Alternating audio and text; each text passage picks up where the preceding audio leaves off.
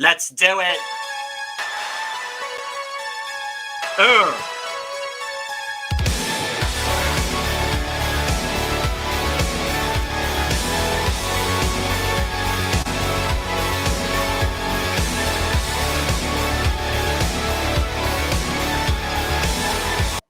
What up, everybody? What up, everybody? It's your buddy Brian.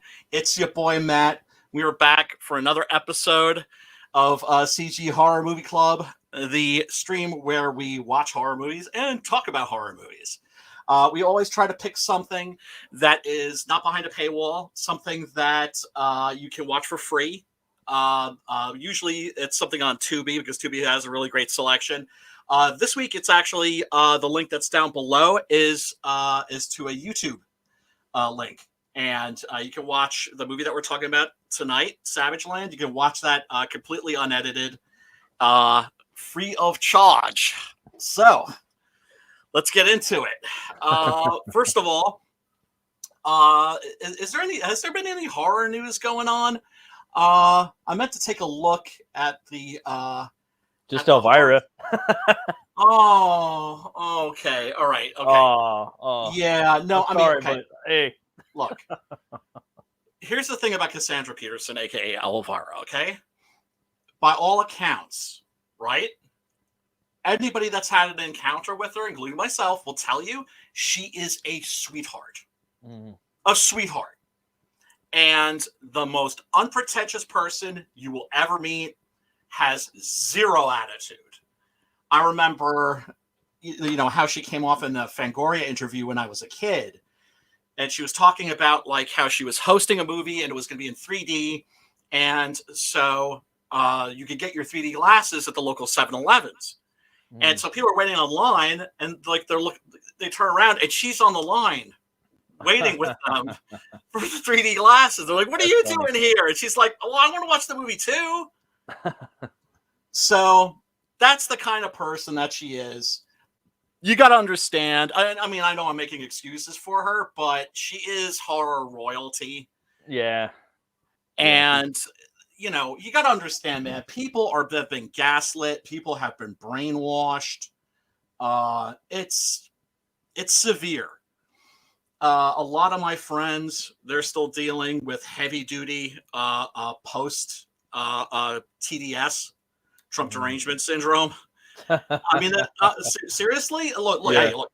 I never liked Trump myself, okay, but I never allowed my dislike of him to like destroy my critical thinking ability completely. Yeah, absolutely. Right? You cannot like somebody, or you cannot like a politician, but you let them destroy your friggin' brain.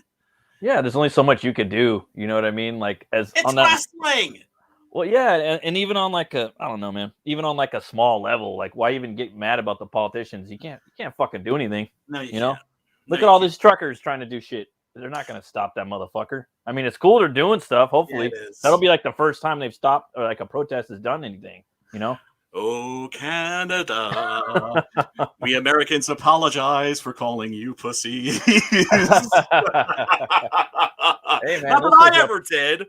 I never did. They're up in that snow, though. I know Sim's a badass mofo. Sim's a badass motherfucker, right? I know I wouldn't want to tangle with him, right? Fucking rip your leg off and shit. Just hit you in the side of your knee and then break the your knee out. Yeah, man. Look, people that I'm in New York, right? Yeah. And it is freezing outside. And I'm thinking to myself, watching those Canadian truckers yesterday and thinking, holy shit.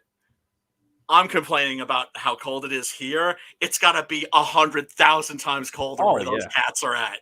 Oh, yeah, for sure. They're like, damn, it's summer out here, So, I mean, anybody that can survive in that climate is a badass. You know what I'm saying? You by default. By default.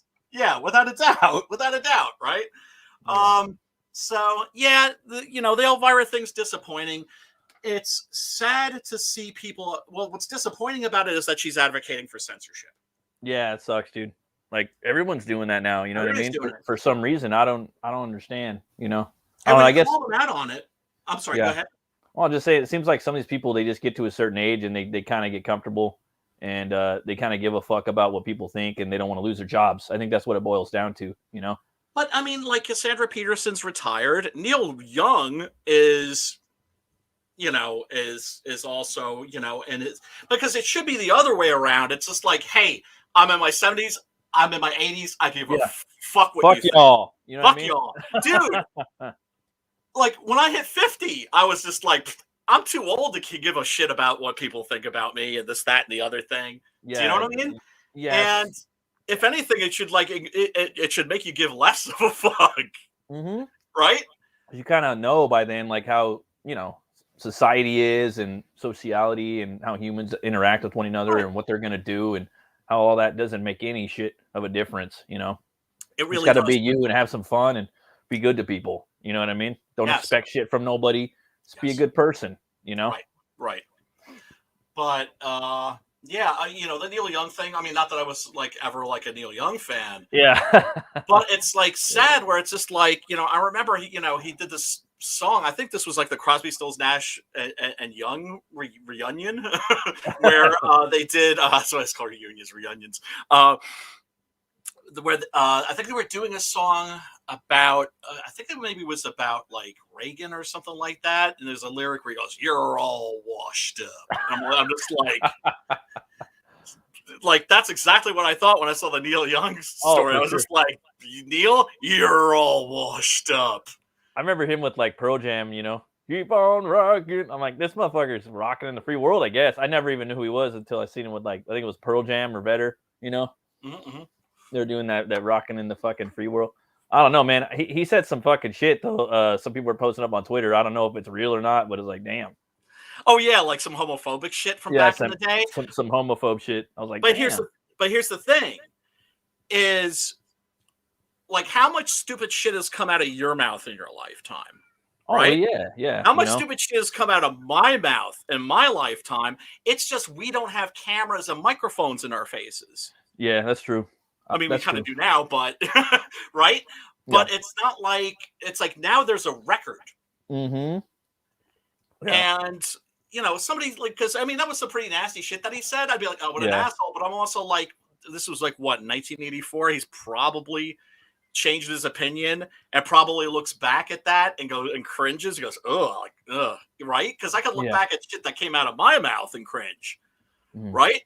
And we're all, but if you're gonna play stupid games, win stupid prizes, and if you're following the SJW rules, which is that there's no forgiveness, there's no such thing as redemption, there's no due process, you're just canceled.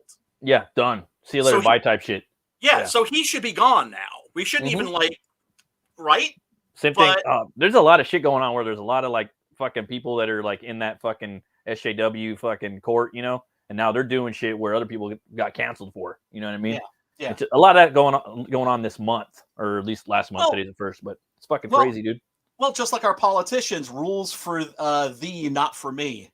Yeah, right? Do as I say, but not as I do. Like go meet Magic Johnson without a mask on and party, or all the principals and the board of whatever the school districts are sitting there with their fucking masks off, and all these little children with their masks on, breathing in all that fucking carbon monoxide.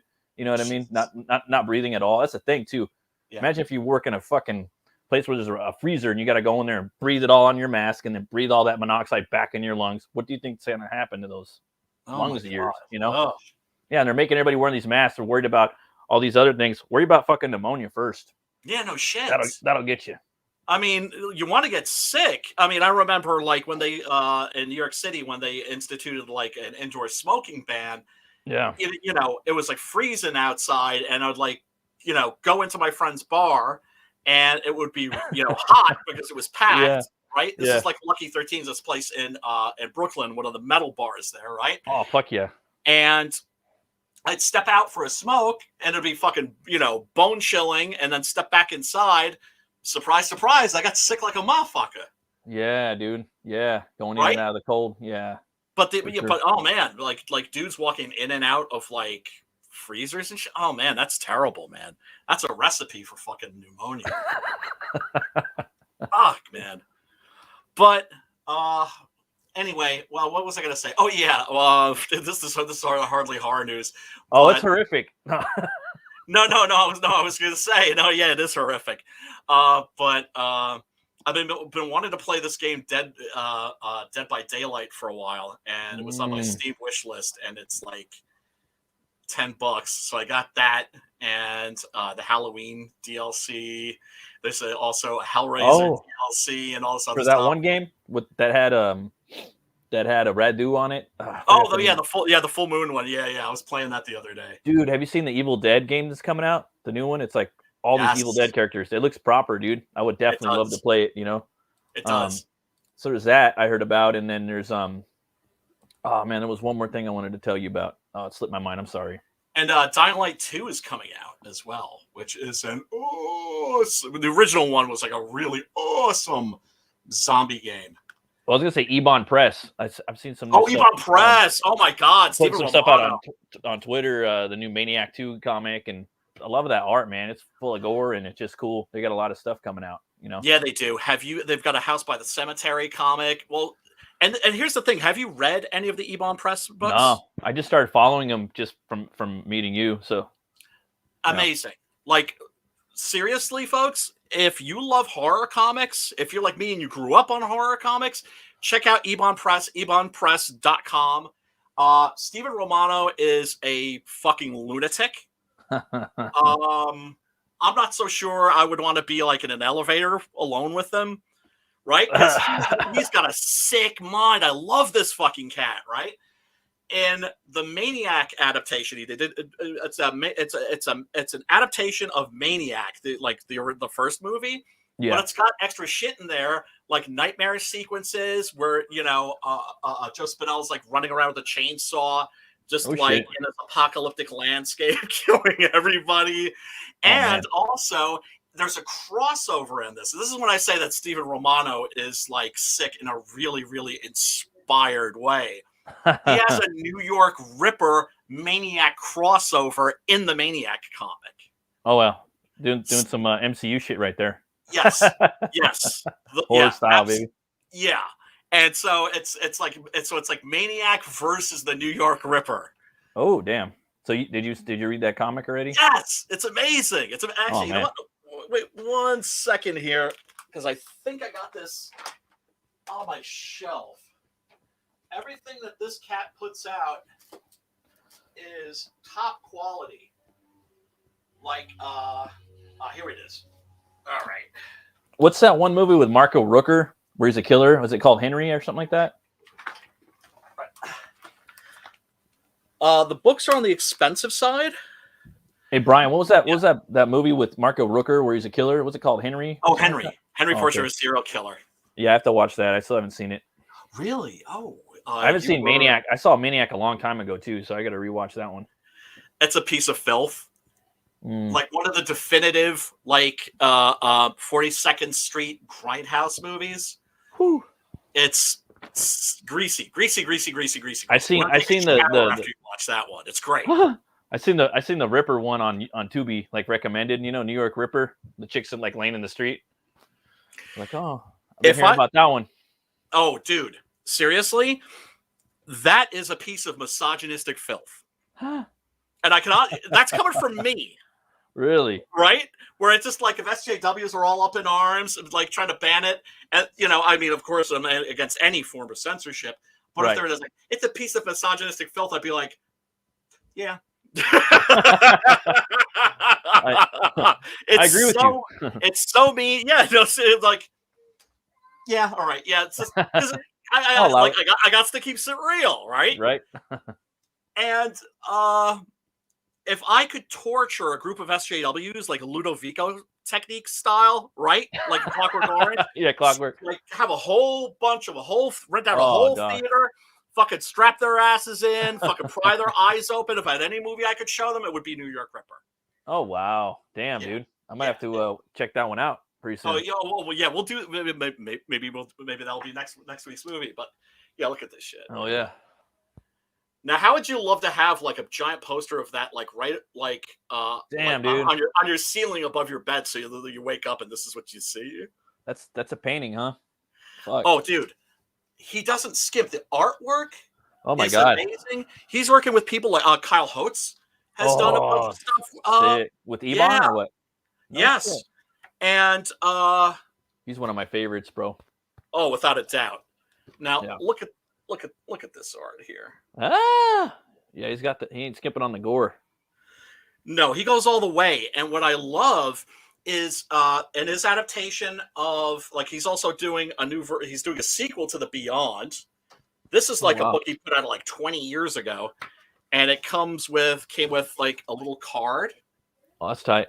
Signed by him and the artist, but it also came with the soundtrack picture disc, bitch. Oh, that's pretty dope. So it's kind of like a comic book video, a music video in a way. Well, I mean, yeah, right. more like a book, more like the old Power Book and Records that I had when I was a kid. Yeah. Amazing stuff. That's tight, dude. Yeah, but here's the thing: the books are expensive. How much are they? I'm trying to think because they come at different prices. He has, like, you can buy like this edition, that edition. There are single issues. There are trade paperbacks. They're just a bit on the pricey, a little bit on the pricey side. I think maybe this was maybe I can't say for sure, but I'm thinking maybe $35, maybe $40 or something like that. Oh, I mean that's pretty good. I mean, yeah, that's a nice big thick book though. For me, that's a come up. I mean, I'm just saying, because I pay $35 for like the regular CG books, with shipping, they're $35, including my book, Dude, I just laid out $66, including shipping and handling for the Vampire Hunter D. Is it the comic? Oh, there's a Vampire Hunter D. Yeah. Oh, hardcover. Dude, I got a Vampire Hunter D comic, and this shit was like 3 years ago. I got the first issue. Just the floppy, and it never came out. Like the second one never came out, And I had watched the couple of the anime or manga, and or anime, sorry, and I like it. It's a lot like my character a lot. I didn't really put the two together and think about it, but they have some similarities visually, and it's like it's gothic, like kind of a post-apocalyptic sort of gothic sci-fi horror. Yeah, and I waited and waited and waited, and it never came out, dude. And I wanted it. I wonder if it's the same. It's the same book, you know what I mean? I think it is because it's issues 1 through 5 with supplemental material, 200-page book, hardcover. I was just like, I can't be spending this kind of money on comics. God, I gotta click. It seems like mainstream IPs, whether it's manga or whatnot, they go right to Kickstarter. They don't go fucking with IGG. So it's almost like, fuck, if I want something like that, I can't, I might have to break my rule and go fucking buy a Kickstarter. Dude, I've never done a Kickstarter before. Because keep in mind also, a lot of people, Kickstarter is the bigger platform. I know Coca-Cola. they've got censorship. Yeah, exactly. And I've always put my books on Kickstarter, like for second run campaigns. Right? Yeah, that makes sense. Because I mean, unfortunately, you can't advertise. Oh, right? Really?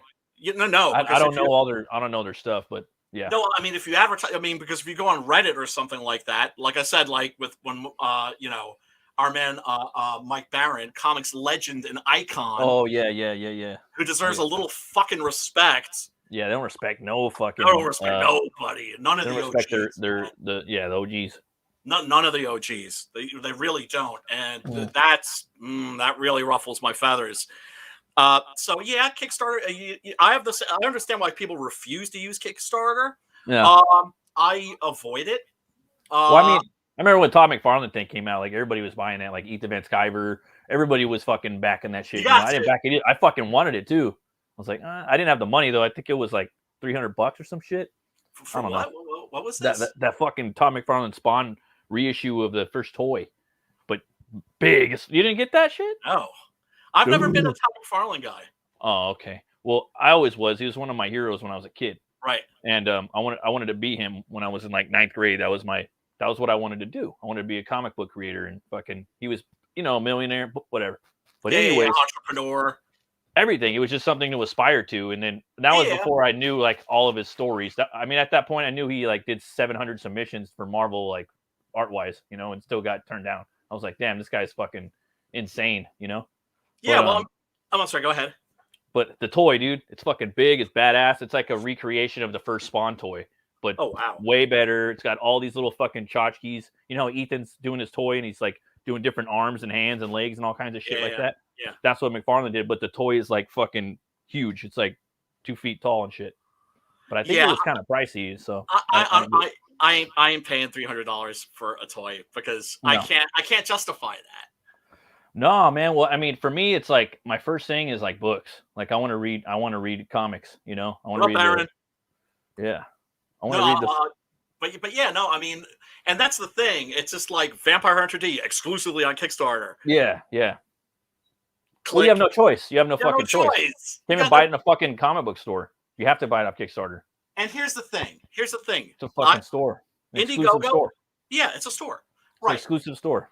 Exactly. Look, I can't stand fucking Jeff Bezos and fucking Amazon. It's also kind of hard to live without it right now, isn't it? So render unto Caesar what is Caesar's, you know? I just so I understand why people have a problem with Kickstarter, but you know, Indiegogo tomorrow could fucking, you know, do a Thanos snap and all for sure. disappear. But what you're doing is you're doing the first Indiegogo and then you're doing the second Kickstarter. I don't think there's anything wrong with that. It's a whole nother market that's going to come and pick things up from you. Right. You know what I mean? Because we have to grow our audience, dude. We have to do different things, and if you're making comics and stuff, you know what I mean? There's always you got to find new people and bring them in, you know? Because that is the biggest challenge that we face as indie comics creators is exposure. Yeah. And we're in a bubble right now, and we need to get out of that bubble.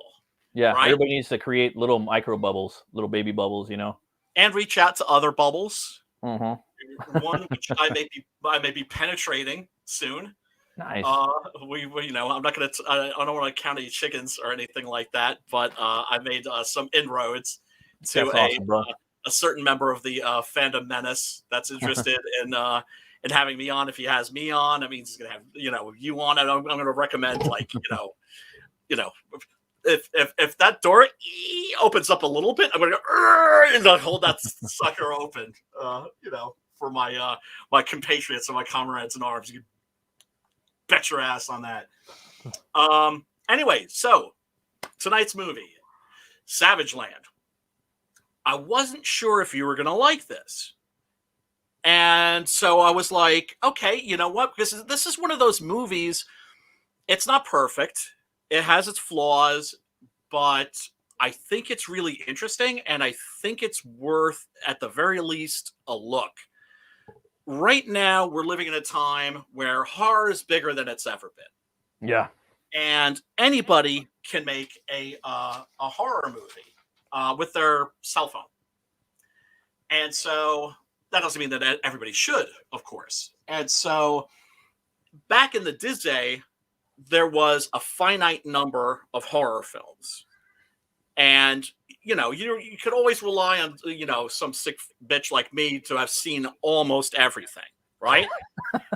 Or to know other people, right? So if you were like in a Usenet group like alt.horror, whatever the movie was, you're like, hey, like, what's the word on this? What's the word on that? And there will always be somebody that'll chime in and be like, yeah, I saw that. And people will kick in with different opinions. Now there's a glut. There's so much product. Oh, I know. It's like Mortal Kombat. It's like, and you're trying to like decipher your way through it. You know, it's hard. Yeah, it's impossible. And you know, my friend Chris always says, and I think this is true, that we're going to find out in, you know, 10, 15, maybe 20 years what movies are worth watching now. Do you know what I'm saying? Like the stuff that's coming out now. Because I can think of certain movies. A Dead Girl was one that I really, really liked. Nobody's seen it. Didn't see it. Never heard of it. Never heard of it. Heard of the song. Fuck me up. Right? Fuck me up. Like I was like, boy, this is really good. It's like, you know, this is, my stomach's in knots, and it's making me really uncomfortable. Boy, this is, man. You know what I mean? It's kind of like, you know, everybody knows that sick bastard that like loves like hot sauce, and I love hot sauce too. Yeah. But you know, we're talking about people that, you know, where, you know, you have like hot sauce conventions where it's just, and it's all about how brutal it can be and how painful it is. Yeah, it's like S&M sauce. Yeah, And but some people are sick.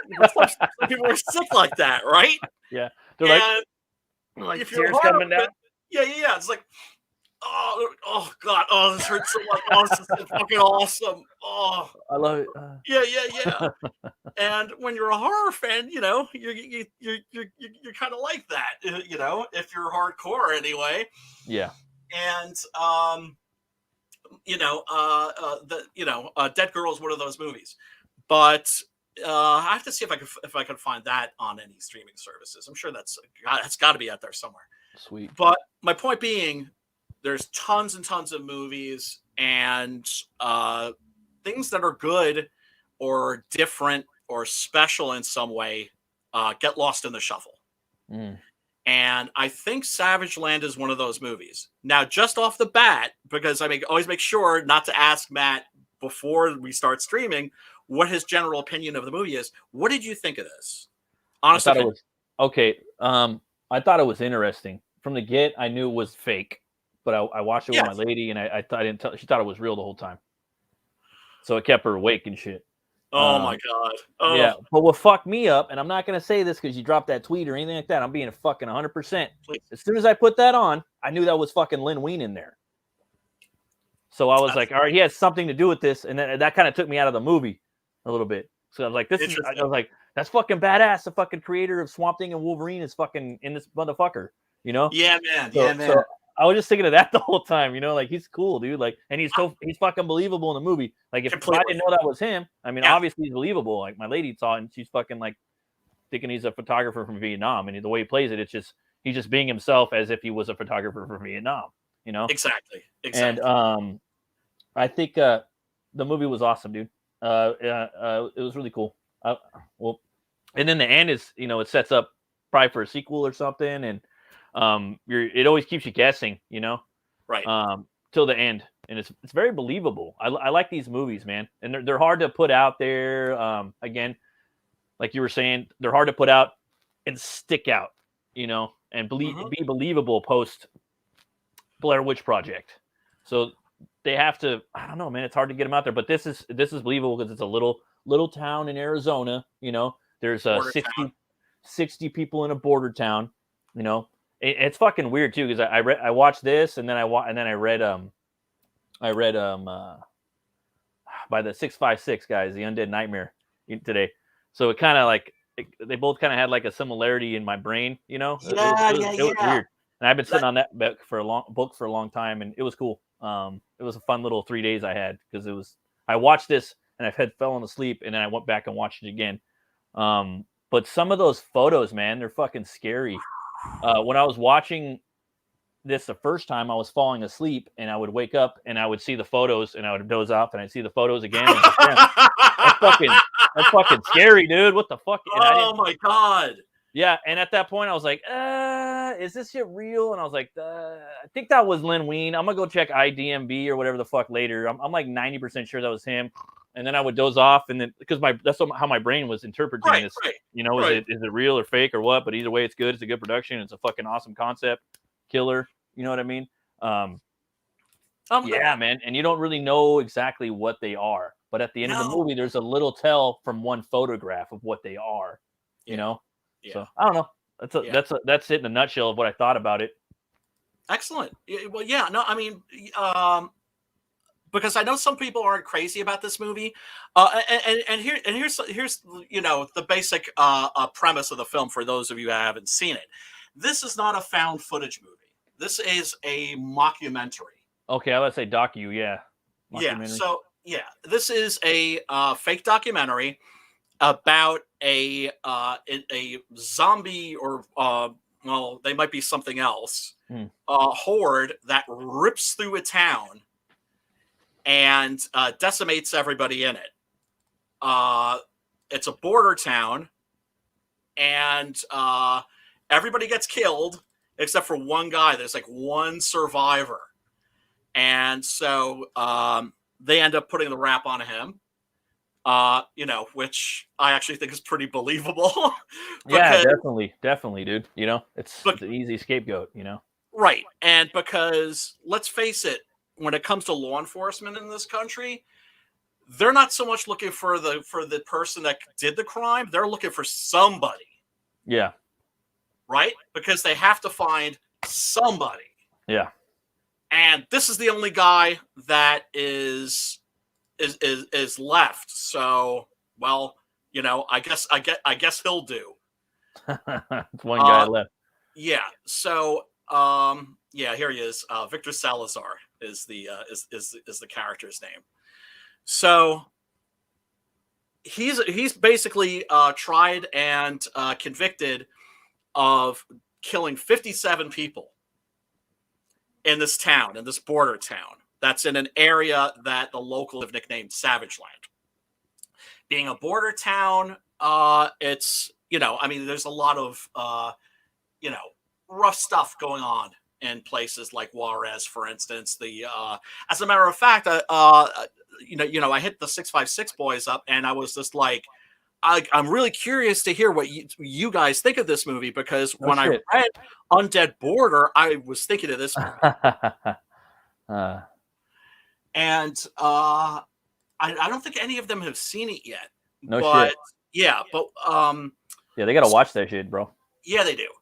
So what happens is it turns out that Salazar, when it was maybe like a little bit of an odd character, you know, I mean, he's easy to demonize. I guess maybe he's a little withdrawn or something, a little odd, because he always has a camera, and he's always taking pictures.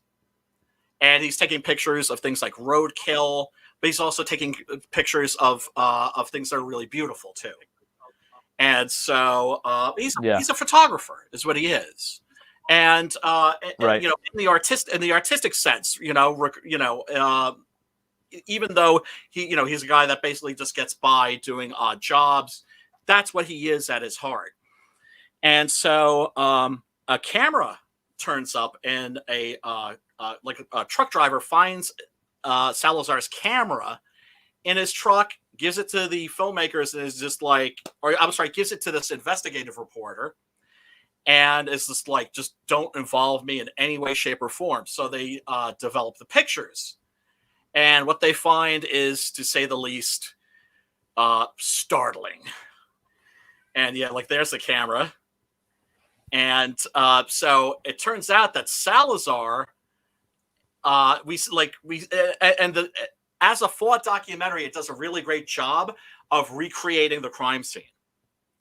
And so you have like this computer, like this 3D model of the town, and where Salazar's journey starts, and like where he goes through, and then you see like the pictures that he took here and there.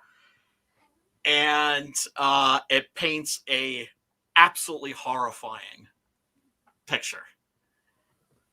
And I think one of the things that's so effective about this movie is the fact that you don't, right? This is an after the fact thing. You're seeing these photographs, they're snapshots of a night of horror, nightmare, and carnage. Yeah. But definitely. So what you do is you fill in the blanks yourself. At least that's what I was doing. Oh yeah, definitely. And in that respect, I really think this movie's actually kind of brilliant. Yeah, it's a good movie, man. Because let's go ahead. Oh, I was just gonna say, this movie could be like a good, how you say, a pilot for a franchise of type of horror. You know what I mean? Just to get people going. You know, you could take this movie and make a sequel, kind of like how they did with Blair Witch, but do it better. You know what I mean? How they did with the second one was kind of like Book of Shadows. I don't know. I like that. But I like that movie, but it's a hard movie to do a sequel to. You know, exactly. But this could be like, okay, for example, Undead Border. Yeah. What if they made a trilogy, fucking a movie? Like, I was reading the book today, and I was like, oh, you know. So what if they made a trilogy of movies, and this is the fourth movie, but it's a prequel Zero documentary movie? You know what I mean? That would be fucking sick, dude. Like, yeah, the way it was played. And I will say too, on a side note, it's funny I'm saying this, but Lin Wein, he fucking like really sold the photographer aspect of the movie a lot. Does like he's a big portion like of the movie later on in the film. You know, like he really gives like a weight to the killer's perspective, because if he sees the world through the same eyes as the killer from a photographic or photographer perspective. Right.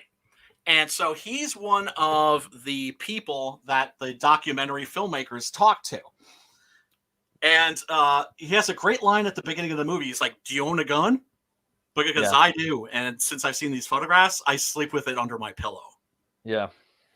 And he verifies that these photographs are authentic. He's like, there are things that you'll notice and photos that have been retouched and, tampered with.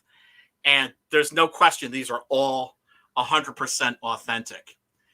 And then the question comes up, okay, so Salazar is running through the town and all this horror is around him, right? Like he's asked, like when he's interviewed in prison, like what was it like? He was like, it was like hell.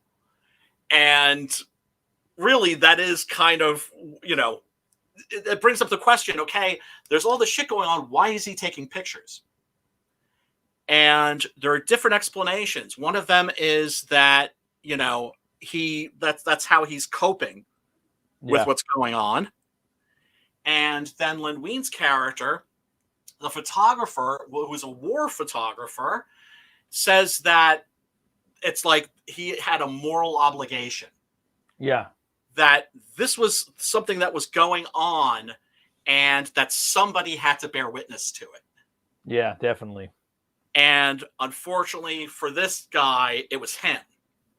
Yeah. And like he talks about how it's actually, if anything, like at that point, it's like your moral obligation. And you might as well go out with a bang. I think he said that too. Yeah, he said that. Yeah, and he said people can remember you by something. Yeah, if you're gonna die, at least then like make your death count for something, right? Yeah. So, oh man, we got to look at some of these pics, man. We got to look at some of these pics. Oh yeah, and then there's this dude who's like a former Border Patrol agent. And you basically follow him as he's going through the town and he's describing, what happened where. As it says here, the town had a population of 57, and then afterwards it had a population of 1. It's like literally the sole survivor. So the pictures, when we see them, are fucked up and horrifying. Clearly, the filmmakers worked with a guy who specializes in these kinds of photographs, and clearly, a lot of them are somehow retouched, but they're done in a way. Oh, yeah, this is interesting. These are production illustrations. Oh, nice! I like that. There's one of the extras. And like, here's one of the photos. I wish I had these all in order. For some reason, my VLC media player, when I take snapshots, doesn't put everything in order. But like, this is what they find on the scene. They don't find any bodies. They just find pieces of people. And lots. Yeah, that's another good thing too. Is you never know like what they are. Oh, you never know what they you never really know what they are exactly, and I think they did that on purpose. I think so too. So Salazar is in his home, and his friend comes in, and he's bleeding profusely, having been bitten, and he dies, and then he comes back, and he comes for Salazar, and Salazar kills him with a pick. The bloody pick that I was showing before. And, has to hit him like 100 times before he stops moving, or before he hits him in the right spot, obviously. And so he runs out of the house, and this is what he sees. That's like the back door, right? Because they came from behind his house, right? Yes. So he's looking at the back door right here, and then they go up north, right? Through the town. Right. And as this dude says, as he gets to the town, he suddenly realizes he ain't outrunning anything. Yeah, exactly. What do you do at that point? You just die, or you die and take pictures, Right. Hey, Sim, what's up?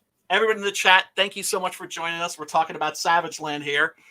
Yeah, It's and then, crazy, dude, because he was in hell. You know what I mean? Like, yeah, do you stop and okay, you go and help the kids. You know what I mean?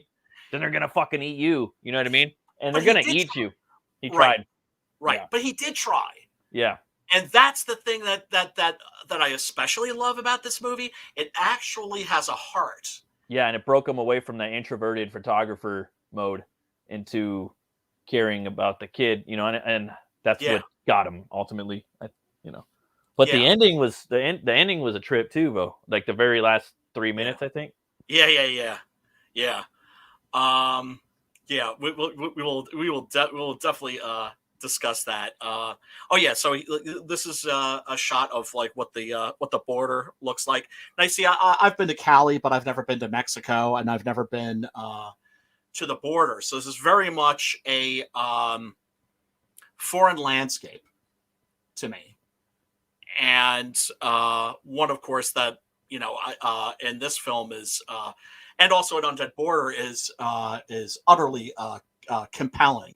Yeah, Now, in Undead Border, we know what the monsters are. They're zombies, yeah, and they're created by ticks yeah, that carry a disease. yeah. And I swear, when I was reading Undead Border, I was like, Yeah, that was I was awesome. itchy. I was itchy when I was reading that damn thing, right? Yeah, Which was right? It was an indication, like, oh, this is working, isn't it? right. And anybody who has, I think they already did like a second chance campaign. They did, yeah, yeah. That's when I got on it. I got the Preston cover. Yeah, that's a book. Yeah, everybody needs that book. Yeah, they do. And I remember I had zero interest in it, zero, Mm. because I'm like, yeah, like I really need another zombie comic in my life. And Preston was like, dude, like I think you need to read this. So Preston And read it prior to doing that cover, probably then, huh? yes. He's like, damn, this is tight. Oh Uh, yeah. and or maybe no, I'm sorry, because I think the version that he sent me was with the cover, but Oh, okay. I'd have to ask him if he if he had read a copy first, because I know that they made it like a couple of years ago. He took that cool character, put it on the cover. That character, yeah, that's the one I would have, Yeah, he beat. Yeah, that cover is awesome. He beats It's up that amazing. character a little bit too. Yeah, it's pretty. Yeah, fucking yeah. awesome. Yeah, I wish I had that handy to show to you folks. But yeah, if there's a third chance campaign, definitely check that out. That's an amazing book. But like I said, Preston sent me a copy, and I read it, right, because he sent me a copy, and I was just like, holy crap, he's right. Like, this is great. Yeah. This is different. Solid I was right. That's when I gained like real respect for the Vatos in 656. Those guys are on the Cryptidals, dude. Oh, looks Yeah, fucking and amazing. they fucked with that genre that's hard to fuck with, bro. Like, there's only so many Yeah. ways you could hit it. You know what I mean? Because it's been done, and they Yeah. actually did it. Yeah. And here's the thing. Now, the one place where I think the movie's a little bit clumsy, and I don't know if you'd agree with this, is when it comes to its social message, right? Because it's not heavy-handed. It's done like Romero style. The whole, the nature of a border town and immigration issues and all that stuff, and this Mexican dude getting scapegoated for like all these murders.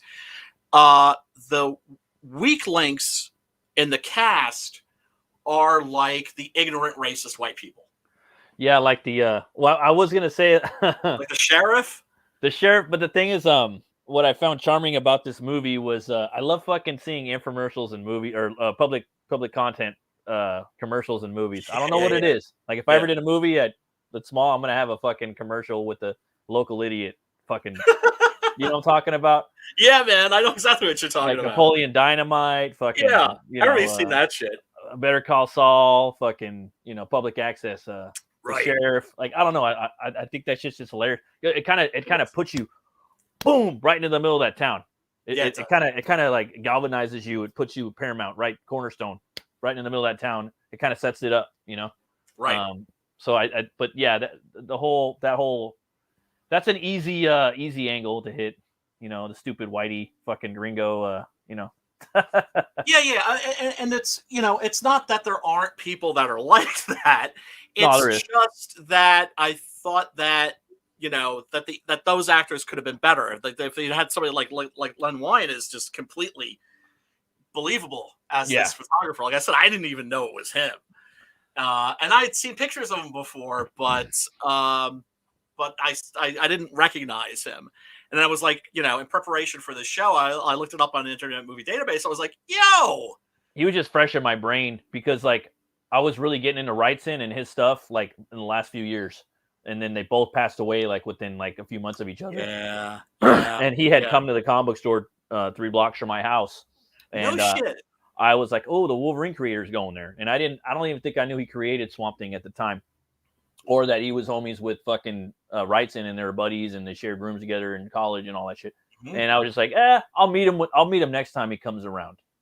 Yeah. And then they switched management and I don't know, they stopped having people there, and I don't know, man. And then after that, I started getting more into the work. And so that's why he was in my head. And that's why I said I'd like 90% sure I was him, but I'm like, that probably ain't him. But it looks, I'm like pretty sure it was, Yeah. And he's the best. He's the best in there, I think. I think so too.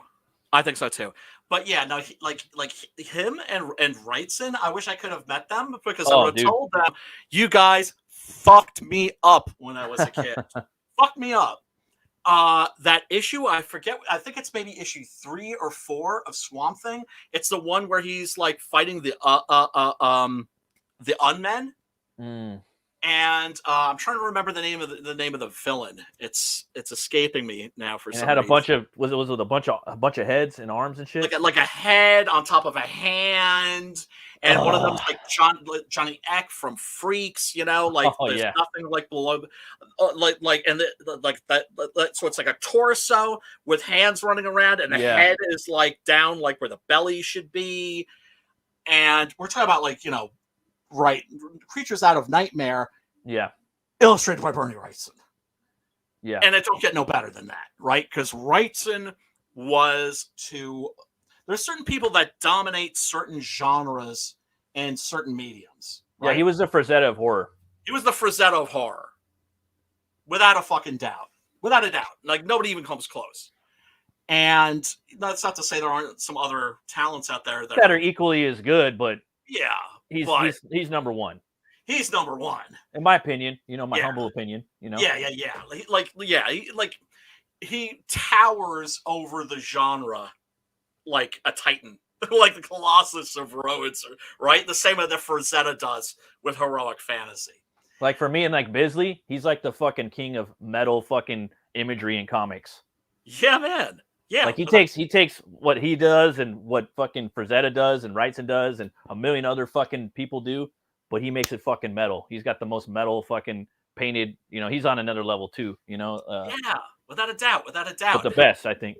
Yes, and huge influence on Preston, of course, who is by the way, blowing up. Yeah, and. Yeah. You see his new Skeletor? I think he did a new Skeletor. Or no, it wasn't Skeletor. It was Glow Skull or some shit. Yeah, because I'm not like a He-Man Masters of the Universe guy. That kind of I was a little old. I was a little too old. It was a little when that came out. That was my era, but like I don't remember all the stuff. And I remember at the time, like. I think my mom stopped. She's like, "Hey, I don't want you watching that. There's too much devil worship in there and fucking spells and shit." And they're going through the whole like this religious shit and like exorcisms and all kinds of shit. So it's like, all right, whatever, dude. And then like a year later, I'm watching shit again. Like, what the fuck was that all about? But I still didn't know. I think I was like 5 or something like that, 5 or 6. I was still pretty young. So right. Go figure. But if anything, that it also offered you a little moral instruction at the end where He-Man would come on and like tell you the message of today's show. Oh yeah, definitely. And I went back when I had Netflix and they had all the episodes and I'm watching. I'm like, this shit's kind of weak. Yeah, it is. Because I went back and rewatched the they redid it on Cartoon Network, like in the aughts or whatever. That shit was tight as fuck. That shit It was like tight. it was anime inspired, and I picked up like a Skeletor toy from that era, you know. And I've got one too. I got like it was on sale for like $2 at Tower, so I got Masters of the Universe. I like now. I watched that movie a lot. I like that movie. I don't give a fuck. Like it was a made for cable movie, but Franklin J. kills it. He says that's his favorite performance of all time. That wasn't a made for cable movie. I saw that shit in the theater, son. No shit. I thought it was made for HBO or Showtime or something. It was Orion, I think, or something. No, I thought it was made for cable. It was Golan and Globus. Menachem Golan and Yoram Globus, a pair of Israeli dudes who started like a low budget movie studio, and we're just cranking out like they cranked out like like the ninja movies and the Chuck Norris movies, Missing in Action, and all that stuff. I remember when it came out too. I was just like, "Fuck, dude, where's Eternia?" Like they're only in Eternia for 5 minutes, and I remember as a kid, like that's fucking why are they in it? Why aren't they in Eternia? But I still liked it. I was like, I like Blade, I like the Beast Man. Skeletor's badass. They go back and fight in the castle, and Dolph Lundgren looks like motherfucking He-Man. You know what I mean? Yes. Like a big fucking Viking playing He-Man. It was was cool, dude. I mean, I understand the affection that people have for that movie. Yeah, a lot of people like it, and a lot of people hate it. You know, and I'm just like, I fucking liked it as a kid. You know, it's one of the things that happened with that was that Golan and Globus at that time, Canon Films, was getting more ambitious. Yeah. They were like, we're going to start making like bigger budget movies, right? Mm-hmm. Because up until that point, like for instance, Missing in Action was like a very low budget movie that came out. It was a hit. They had the sequel out in theaters like 6 months later. Okay, oh man, they busted that shit out fast. Yeah, and so they were like quickie productions, like I said, a low budget studio, and so they got more ambitious, and I think they had a budget for the movie because I think there's a documentary also about the making of it, but although I don't think I've seen it. Although I remember seeing, maybe I was watching. There's a lot of He-Man stuff out there right now, is what I'm trying to tell you. Oh, dude, right? Watch. This is Australian YouTuber. He's like probably one of the first 5 YouTubers I've ever subscribed to because he's all about movies. And it's 10 things you didn't know about. And his name's Minty Comedic Arts. His fucking videos are awesome. And he does all the movies we like, horror, all genres. He's into all that stuff. And he does Masters of the Universe. He does fucking 10 things. He will find 10 things that you like, 5 out of those 10 things, you're going to be like mind blown. He did Conan too. Like, do you know where like I think it was him that discovered, like, do you know what He-Man came from? Where it originated? Oh yeah. Originally they were going to do Conan the Barbarian action figures. Exactly. And I didn't know that. And he said that, like, and you look at, Oliver Stone wrote 10 fucking movies, dude. Yes. And Tulsa Doom was the main villain with a skull for a head. And the Cull stories. It was originally a Cull villain, yeah. Yeah, and they, they're supposed to go with, Tothamon, you know what I mean? Yeah. And they switched the villains around, and so that's why, Skeletor is him, and why we have James Earl Jones. Skeleton is Tothamon. Not Tothamon. He's Tulsa Doom. Exactly, and so that's why we have those people. So yep. Some of the chat mentions, like, he says, I liked it, but it's no He-Man. Also, some of the character designs and the armor and the sets and everything. A lot of that stuff was designed, I believe, by Mobius, aka Jean Giraud. Oh no shit. Yeah. And so that was going to be a big production, but I think that was one of those movies where, as they were filming, it got cut. That's what it got cut, and so it got smaller and smaller. I mean, you look at the fight scenes; they're horrible. Yeah, they're like, and Dolph, God bless him, he tries. Yeah. But he's like blocking funny. laser blasts with his swords, and it looks like he's in slow motion because when you have a prop sword like that, it's not necessarily the most aerodynamic thing. Probably the only sword they had. Like, take care of that sword. But he's a monster, so yeah, he is. I don't. Viking, dude. Yeah, he's a fucking Viking who has with a genius level IQ and a black belt in Okinawan karate. He'll always be He-Man to me as a kid. He'll always be the Punisher. You know what I mean? Like that's He was great in both parts. Yeah. The problem with the He-Man movie was when they go to Earth. And why did they go to Earth? They go to Earth to save money. Yeah, right. That's exactly why they go to Earth. Because the parts of the movie that are set in Eternia, I wanted to see more of that shit. And that's what I wanted. This huge set for like Castle Grayskull that looked amazing, right? And it's what's fucked up? It's like we're never gonna get like what we want. You know what I mean? They're, even if it wasn't woke, we probably still wouldn't get what we want. Does that like make sense? Like they would still tweak it. Like now they're like, you're not gonna get what you want, motherfucker. And we're gonna fucking ram some woke shit in there too for you. Yeah. We're gonna dangle. Yeah. We're gonna wipe. We're gonna wipe your. We're gonna wipe your face with our ass. Like, now we're gonna fucking do that. We're gonna sprinkle a little woke shit on top too. That way it's completely devoid of what you want in a movie. Because and that movie. Oh man, I know we're way off, but the thing is, they made like 1 million fucking attempts at that movie, like different actors. Different directors. I think there's been 15 attempts to make that movie. David Goyer was on there for a long time. There's been a lot, dude.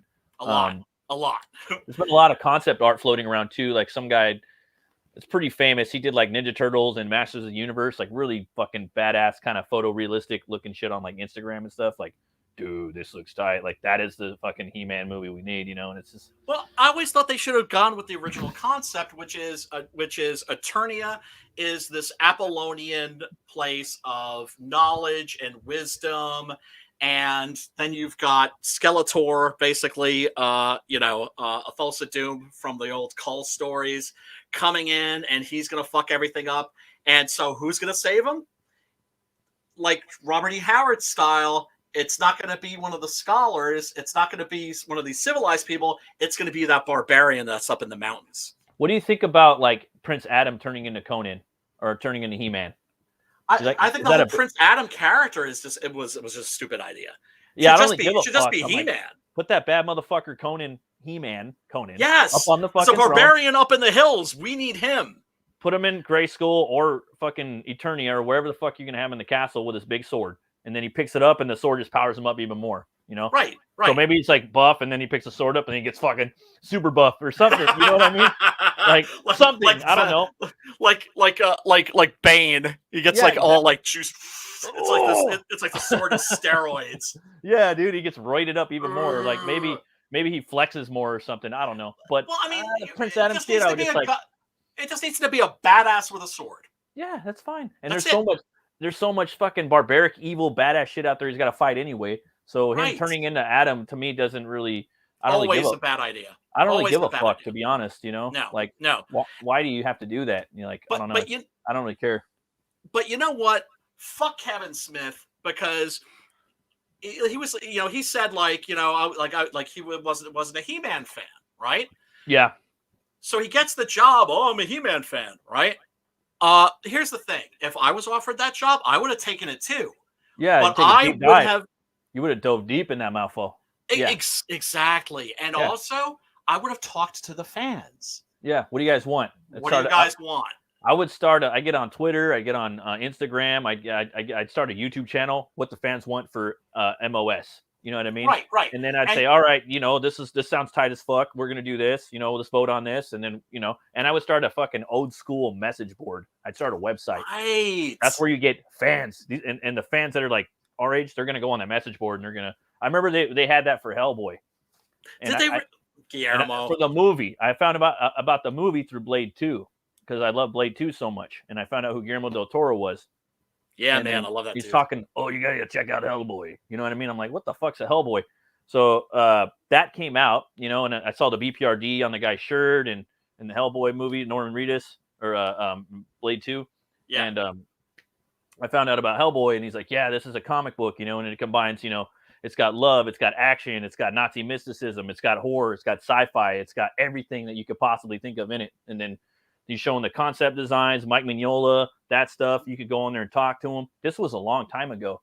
And then this band I went and saw called Demi Borgir, this like, they played and their music was in the trailer. And then I was like, this shit's fucking metal, dude. I'm going to check it out. And, yeah, man. you could talk to Guillermo on there. Like it was just like he would respond to you on there and shit. It was dude. I think I mentioned this on the Twitter. A friend of mine met him the other day and hooked him up, gave him a stack of Six Gun Gorilla comics. Oh, and man. it was like, oh, cool, thanks, man. Oh, this looks awesome. Yeah, it looks like something he would read. You know, it's because he's into that. He's into that, dude. You know what I mean? Like the period piece. It's a period Western. It's fucking out there. It looks like something. It's got the circus in it. His new movie is about a sideshow. Yeah. Nightmare Alley, that is.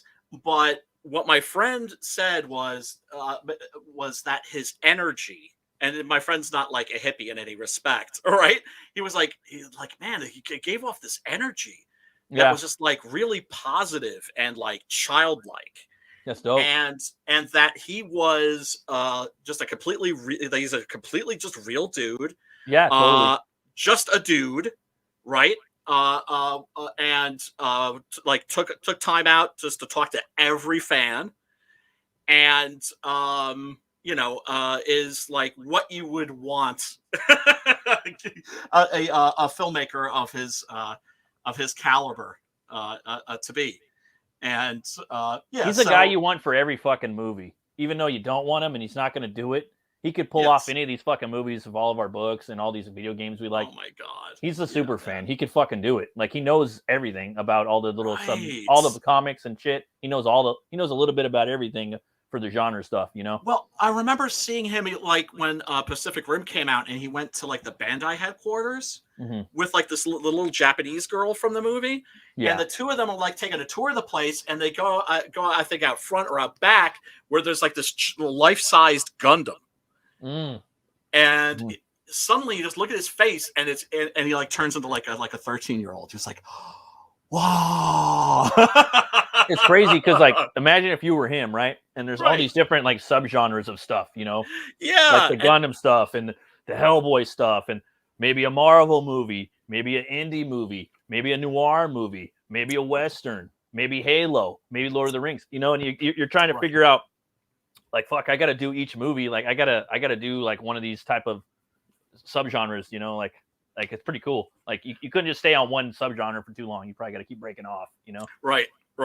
Yeah. No, well, I mean, I haven't been excited over his last few movies.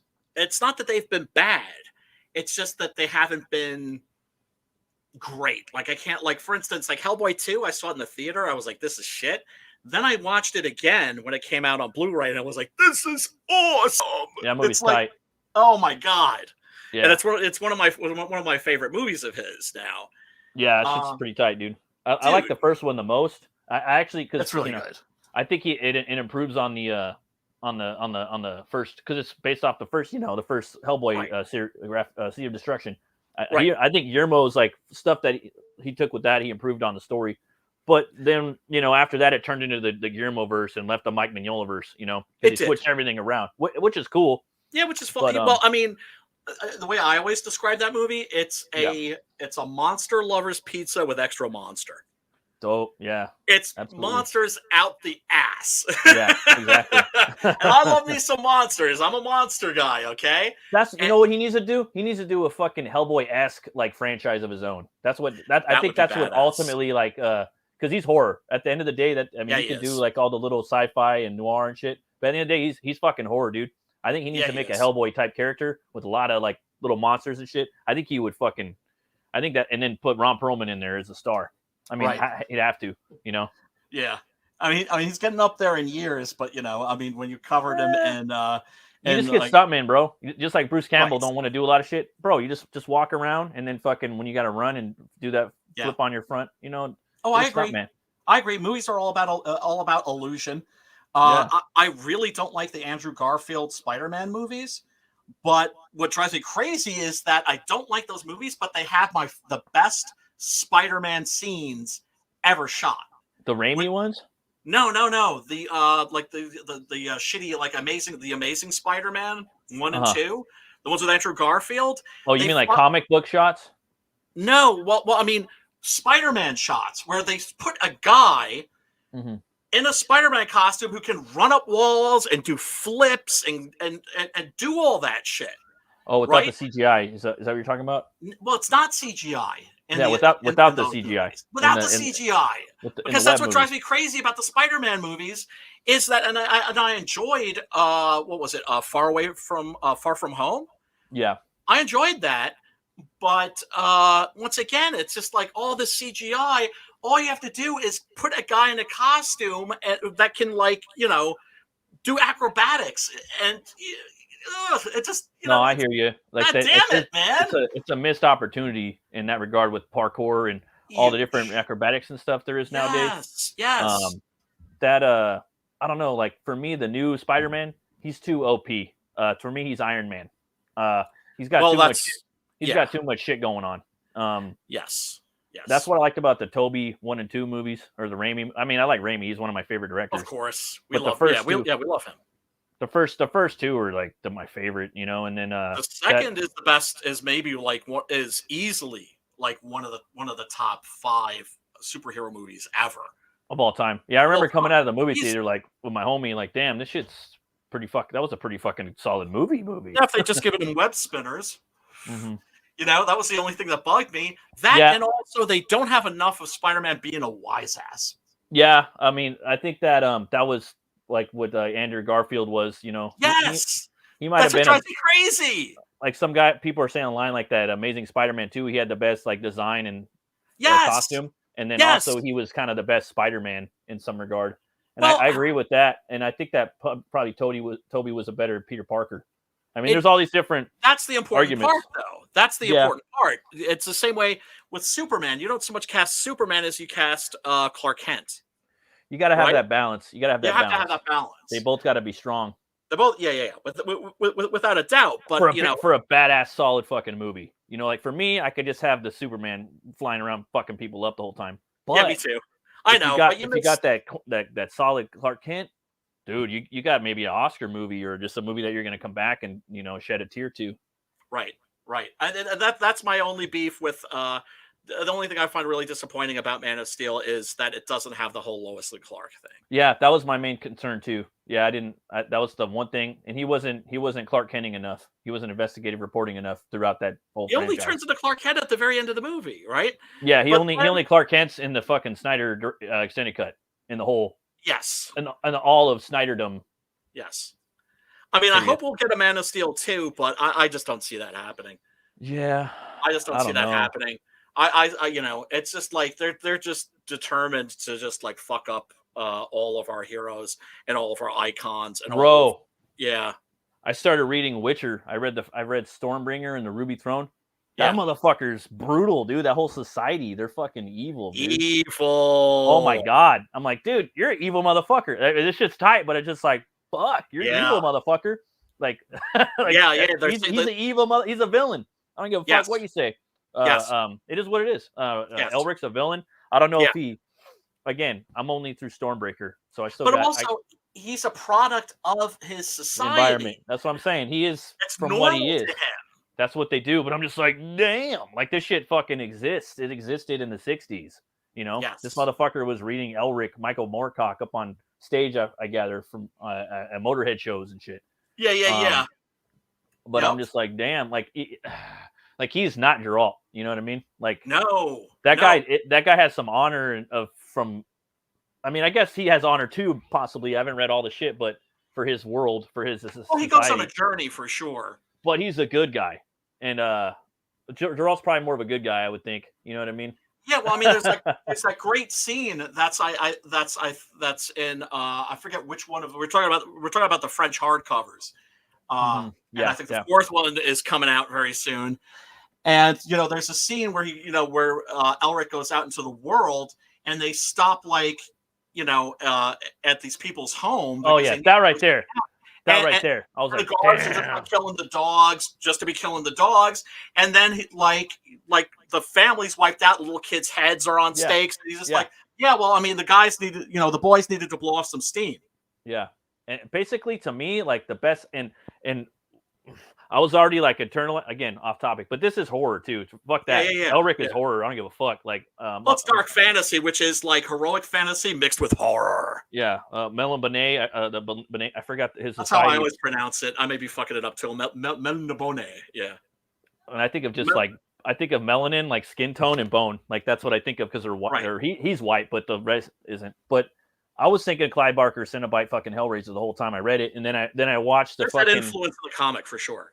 And then I read that like for this specific entity, the one we're talking about, this comic, this they're inspired by Hellraiser and the Cenobites. Like that's how they designed some of the clothes. And I'm like, oh, that's spot on for what it is. Like they're hell, dude. Like damn. Yeah. Fuck. They're satanically evil. Yeah. And because they're super sadistic. And to me, like the greatest sin is cruelty. Yeah. And it does. I think it says something also. This is what I love about Michael Moorcock. Yeah. He read those comics and he was just like, it like fucked with my story and everything, and it's better than what I wrote. He loves it. He loves it. He's just like, damn, it's like, this is better than my novels. Yeah, he embraces this iteration probably more than other attempts. You know what I mean? I haven't read the third one. You know what's fucked up too? Yeah. Because they're all kind of similar. Drizzt from Dungeons and Dragons. Oh, totally inspired by Elric. Yeah. I read Drizzt first. I read the first two, Sojourn by R.A. Salvatore, I think it is. Yeah. I read those first two books. I fucking love those books. Everybody does. I've never read them. Everybody says they're great. I mean, but don't just think they're stupid as fuck and whatever. But go read them.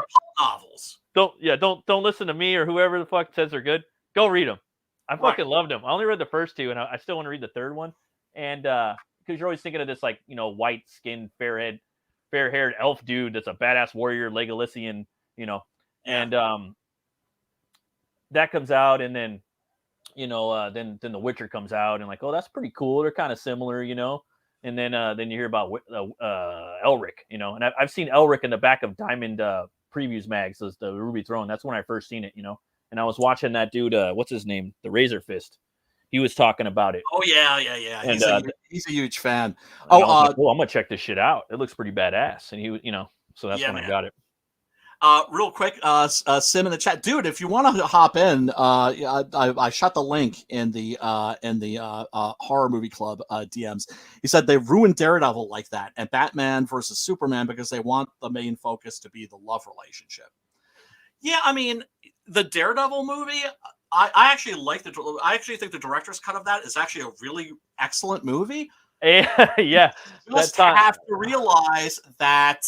That the Elektra character is a completely different character. Yeah. Right? Because in the comics, she's a villain. They got that right. And they got it right in the TV show. She's vicious. But you know what? Everyone praises that character from the TV show. She acted it out. She played the part. But they kind of visually, she's Michael Keaton in that role, dog. I'm sorry. Like they should have got someone else that looks a little more like the Frank Miller version. She don't look to me. She don't really look like her too much. But she looked Greek, is what I'm saying. She looked Greek. She did, and smoking hot. She did look Greek, but for me, I would have went the way of like Gina Carano or something. I'm not saying Gina Carano could act that part, but also Gina Carano's too big. You know what I mean? Gina Carano is like good for playing a bruiser. And Elektra's she's a leaf assassin. She's not like a bruiser. But I think you understand what I'm saying, though. I do understand what you're saying. You know what I'm saying, right? Somebody that could actually whip somebody's ass. No, not even that. Just visually more that too, actually. You know what? Yeah. Someone a little more muscle bound, but a little more visually that looks like Frank Miller's drawings of Elektra. So I mean, she was real skinny. She looks like a little kid, like you could just choke slam her, like. Right, but also the actress was so good. She was good. That's why I said she Michael Keatoned it. She Michael Keaton the fuck out of that role. She and also the fact that the creators didn't lose sight of the fact that Elektra is a fucking villain. Yeah, she's a villain. Yeah, and that's the thing about Elric too. Like this. Well, I don't want to spoil it. I don't know where it's gonna go with the story because I got the third. Because I got that for Christmas. I got the 3 novels. My lady got me that. So very cool. I'm still going to read the third one. I've been kind of like, waiting to get to it. But to be honest with you, bro, it's a great story. I like the art, but I'm disappointed. I was just like, damn, I was hoping he would be more. I didn't know that they were going to be like, it's a good story and it's cool, but he's a fucking villain. I thought he was going to be more heroic. I'm just like, fuck. but you do start to see he does go on a journey, and he does. I don't know. I don't want to know. All right. I was going to ask you that, but because I'll be perfectly honest. I'm not a Michael Moore. I'll be honest. I'm not a Michael Moorcock fan. Oh, I remember reading those novels as a kid, and I thought they were okay, but I was all about Robert E. Howard. And Edgar Rice Burroughs. Like that was my shit. Was like Conan and Tarzan and that's Solomon what I heard he did and all that shit. I heard he was like, you know what? I fucking want to do Conan, but I did reverse Conan. That's what I heard Moorcock said, or somebody said something like that. Well, the whole the inspiration for the Elric novels was the fact that the Mel Le Bonnet is basically the British Empire. Yeah. I remember he was saying that in some of the behind the scenes stuff in the book, or right, the graphic novel comic, and that he knew people in England that had this attitude towards the British colonies that was just like, where he was just like, I can't believe that people still think like that. Yeah. And so that was the inspiration for the Melnibonéan society, because the English were miserable bastards. Yeah, evil, and it's like a little island running everything. Yes, exactly. And then for me, like, I thought of them from what he read, and then I thought of like those fuckers from Eyes Wide Shut.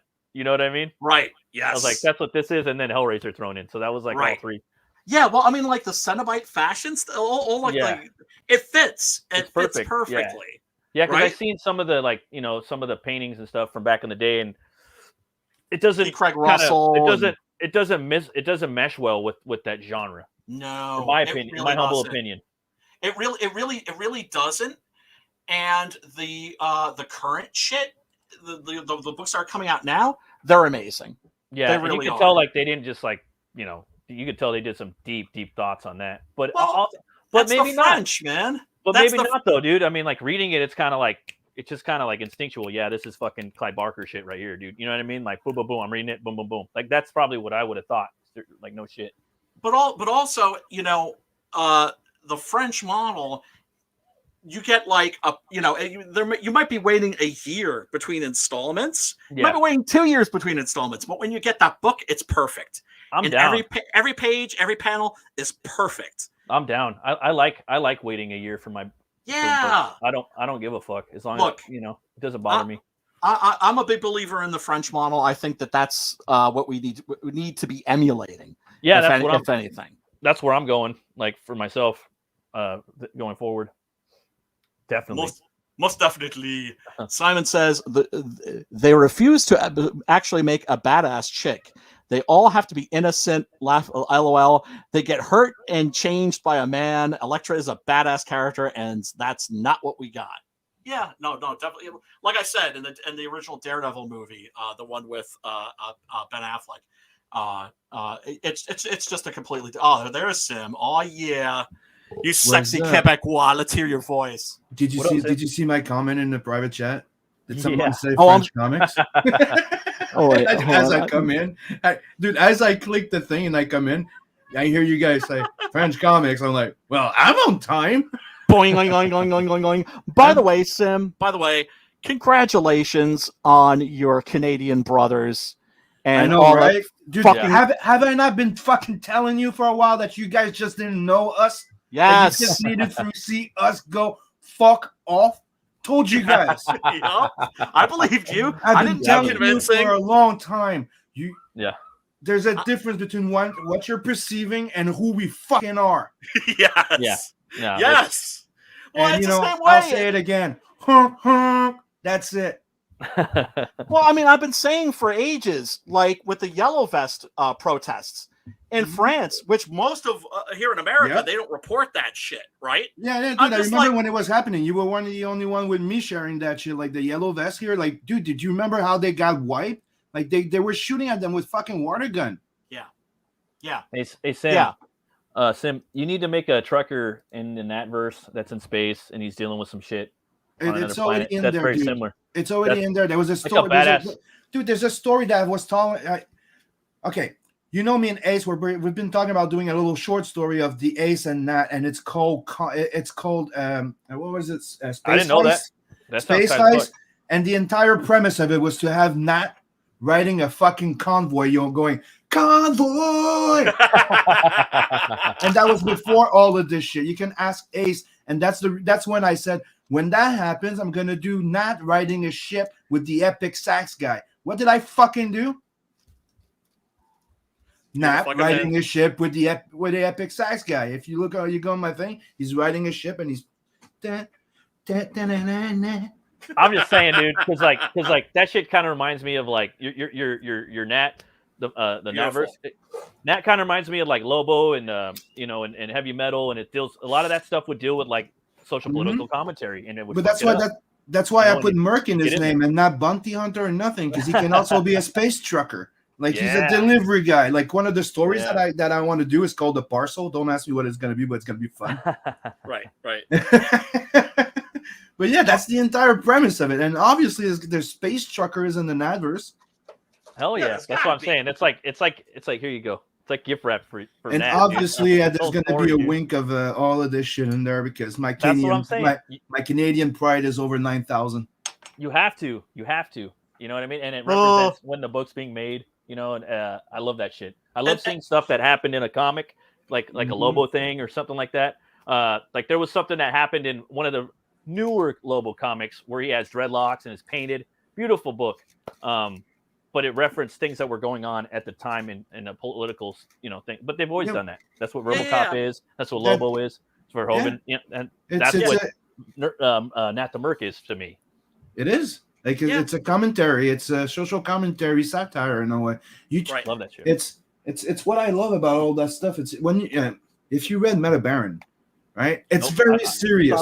It's on the list. It's very serious. It's very on topic. It has this thing, but every once in a while, there's a social commentary. There is a little something that makes you go, "Huh." Absolutely. Yeah, right? A little chuckle, right? You want to hear something crazy? Somebody the other day compared me to Jodorowsky. Was just like, oh man, I look like on Gorilla, man. You're you're writing something on the level of Jodorowsky. I'm like, but did you ever read his Bouncer? No, it's not. No, I'm not. Did you ever read his Bouncer and other things that he ever did? Because dude, he has. Well, guy, I'm gonna make you discover. Like, go check out Jodorowsky. Like Jodorowsky has a lot more. Like he has spiritual comics. He has one that's I'm mixing up. I'm having trouble now remembering the titles because Spanish, French, and shit. Because he is Spanish. He's technically Chilean and French. Chilean, yeah. And one of them is has to do with the life crisis, like the midlife crisis of a 40-something-year-old guy that decides to experiment life, and he goes from everything, like from having a very boring life to sleeping with a whole bunch of people, doing drugs and shit, and getting surprised by another guy from behind. All that type of stuff that you're reading are like, what the fuck? Right. That was with Mobius. Wow. Yeah, no, I mean, there's a whole bunch of things. There's Bouncer. It's a Western. He has another one where it's like Legacy of Blood, where it's a vampire in a medieval time. Oh my God. Yeah, Jodorowsky's fucking awesome. Oh, dude, you don't have to tell me. I'm a huge Jodorowsky fan. But, I mean, this stuff hasn't exactly been easy to get a hold of up until recently, Here in America, that stuff came out to us in a trickle. You guys are lucky right now that you have Titan Comics and something called Blaze now. That's not new, but it's recently new-ish. And they're the one bringing the Sumerian. Yes, which I also still don't have. And you did not get them yet? No, didn't get those yet. They were on special when I told you. I know. I'm sorry. I didn't have any dough. I was waiting for my next disbursement, right? But at some point I'm going to grab those motherfuckers.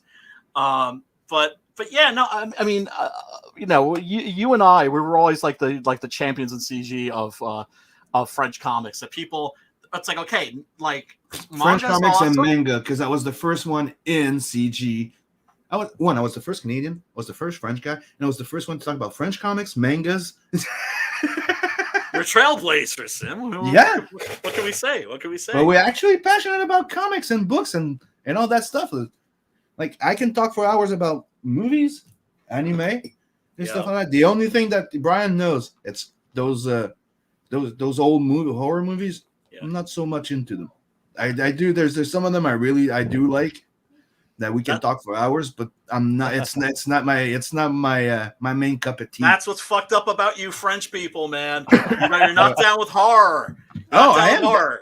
I'm down with horror, but you know me. No, I know. I'm just. I love horror movies. I just have an issue with like I love B movies, right. But I don't like bad movies, bad shot movies. If that makes sense. Like I have an issue with certain Hammerish movie, but I love some of them. There's some of those old Kish movies that I can't stand because I just think like the way they handle the camera, the this, the that. I just think it's shitty. The pacing. What about the Mario Bava movies? Like, what about like the old Italian horror movies? Do you like those? That's the one where I'm like 50-50. That's like Hammer for me.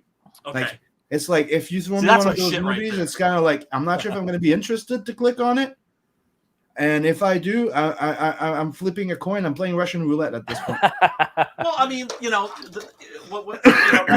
but I did really like the other one you told me to watch that I hadn't seen before, which was Captain Kronos. Oh fuck yeah, that shit's tight as fuck. I really enjoyed the premise of it. There's some stuff like of the cinematography I didn't like, but that's me, dude. I've been studying movies all my life. Yeah, well, it's like you're in there and you're trying to redirect it and re-edit it and recut it and then you're an artist, you're a badass motherfucking artist, so you're in there, your mind is already fucking making it a better movie.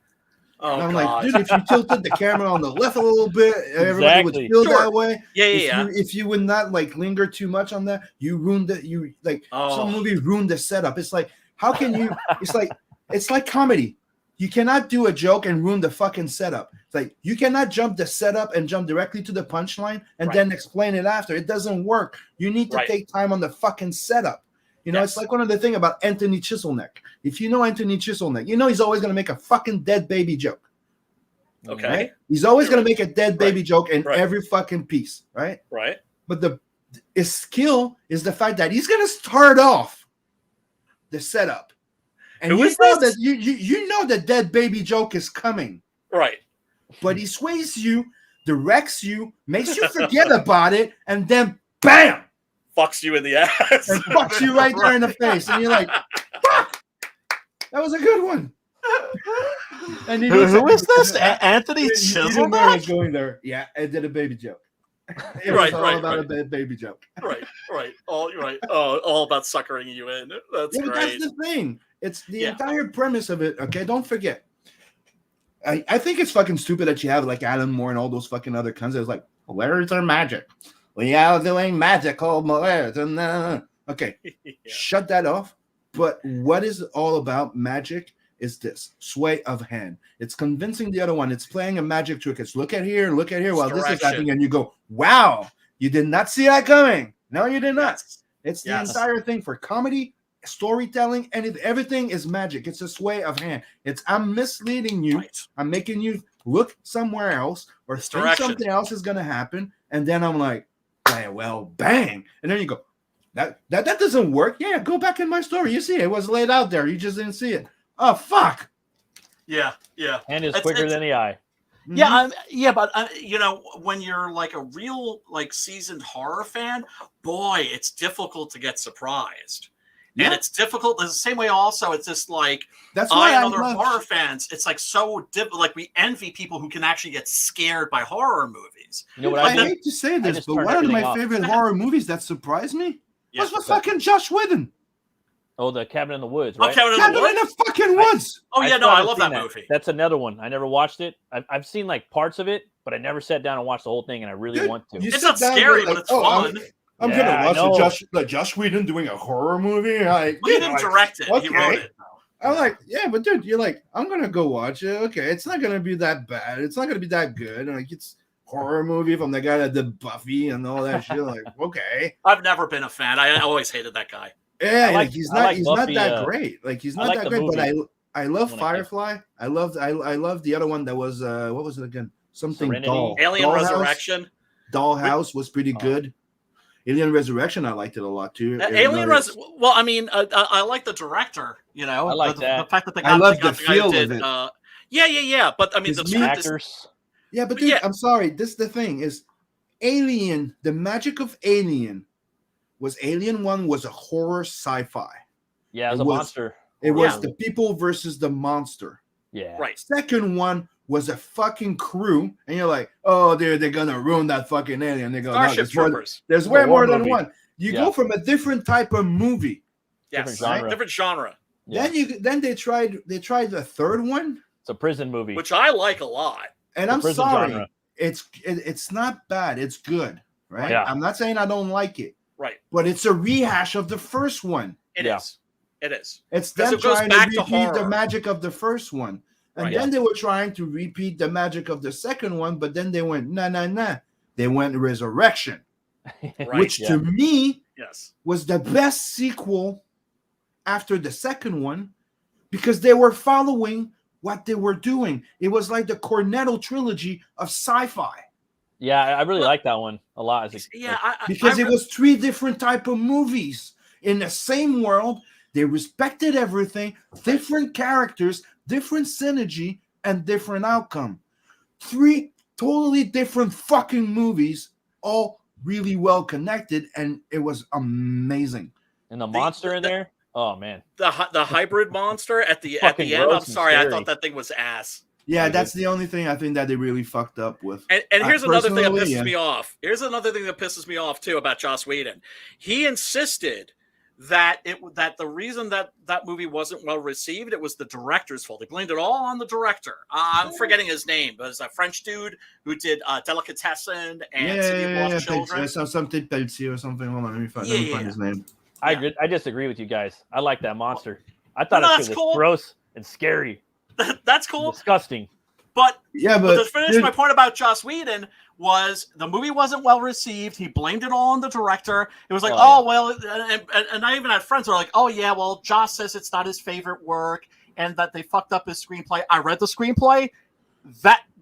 Jean-Pierre Jeunet. That's what they shot. Yeah. Yeah, he just seems like a fucking asshole. He lied. I mean? He just straight up lied. Fuck that guy. But Cabin in the Woods. I have no respect for the guy. No, fuck that guy. But dude, he's a male feminist, and I always try to tell my female friends this: don't trust male feminists, ladies. Ladies, don't trust male feminists. They always have the shadiest motherfuckers. Yes, there's always something behind it. They're shady as fuck, and they always end up being the one being abusive and fucking cunts. Yeah, they're all fucking fake, dude. Yeah.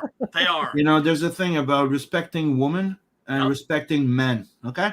And that's it. We're supposed to be like united. We're supposed to complete each other. Like, what the fuck happened to this shit? It's like that's the entire premise of feminism back then was value everybody. We are a team. You need each other to become better. And what the fuck happened to that shit? Yeah, we need women and they need us. To me, like a strong man is a strong man with a strong woman behind him. A strong woman is a strong woman. It's like I had somebody. You don't have to have it, but. Even gay dudes need women. Dude, it's right. It's like I had one telling me one goes, women don't need men. We are the gods here. We give birth to men. I'm like, I'm sorry if you don't have a man to plant their seed, you're worthless. Yes. Yeah. Dude, you should have seen her fucking face. I'm like, if that's all the worth that you have. And who built all the bridges and the spaceships and the skyscrapers? And there's no wonder you guys are unhappy because that's the only worth that you have. Yeah. Fuck off. Exactly. Anybody can make babies. I'm sorry. Yeah. Yeah, no, it's the same way. Like anybody can make babies, but it takes like a real man to be a father. So like a man could build a house, but a woman takes a real man to be a dad. It takes a real woman to be a woman. Not because you have fucking tits and a vagina makes you a good woman, a good mother. Okay. And if my mom was still alive now, she'd tell you that she was not the best mom. We split up. There's a reason why I lived up at 15, but we made up and we discussed things. And I had my mom. Nobody's fucking perfect. No, People do their fucking best. And when you grow up, sometimes you don't understand a lot of fucking things about your parents and the hardship that's going through and that you've been put through until you are yourself a fucking parent. Yeah. Right. Like I had a friend the other day who was like, I can't believe it. But the words came out of my mouth that I always swore I would never say. I am your father, and you will do what I say. Yeah. Oh yeah, yeah. Yep. No, it's like, well, why do you say no? Because I'm It's your like father. it's like I've always That's told why. everybody. I've always told everybody, it's like you don't know what it is until you have a kid, because the moment you have a kid, you get pissed at it and you go, "I'm sorry, mom." Right. Oh. Yeah. Oh. Yeah.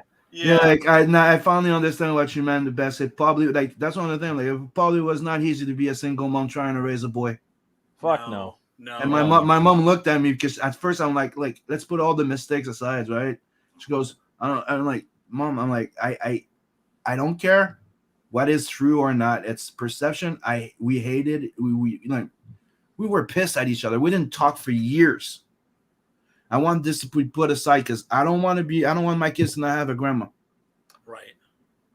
And she cried, and she passed away, but dude, I had my mom and my kids to this day. They still love their grandma to freaking death. And that's the only reason, dude. It's nobody's fucking perfect. And if you want to solve something, sometimes you might have to look at a little inside yourself, and then and then have some fucking balls and go out there and talk to people. Yes. Yep. Yes. Definitely. And because that's the thing. It's like people don't realize we need each other. A lot of people talk shit. I'm a tough guy. I'm a tough this. I'm tough. But when they have a fucking problem, they can't even go and knock at the door of the person. I have a problem with you. Fuck off, okay? If you can't fucking be a man, and talk directly to a person, and you're gonna go rant on fucking rumors and this like that, then you ain't no fucking man. And the same thing goes to a fucking woman. Yes. Yeah. No, absolutely. You know, I mean, generally speaking, in my relationships, I've always been sorry. attracted to There's a lot of F words. I'm sorry. No, that's how I speak around here. Dude. I'm getting a bit carried away. I'm gonna tone it down just a little bit. I grew up on Richard Pryor and George Carlin. I am the biggest potty mouth you will ever meet in your fucking goddamn life. Yeah. Well, I mean, I have to, like, every day I have to deal without that. So it's like kind of when it's not as much about the swearing. It's more about me getting carried away a little bit. Yeah. No, I get you, brother.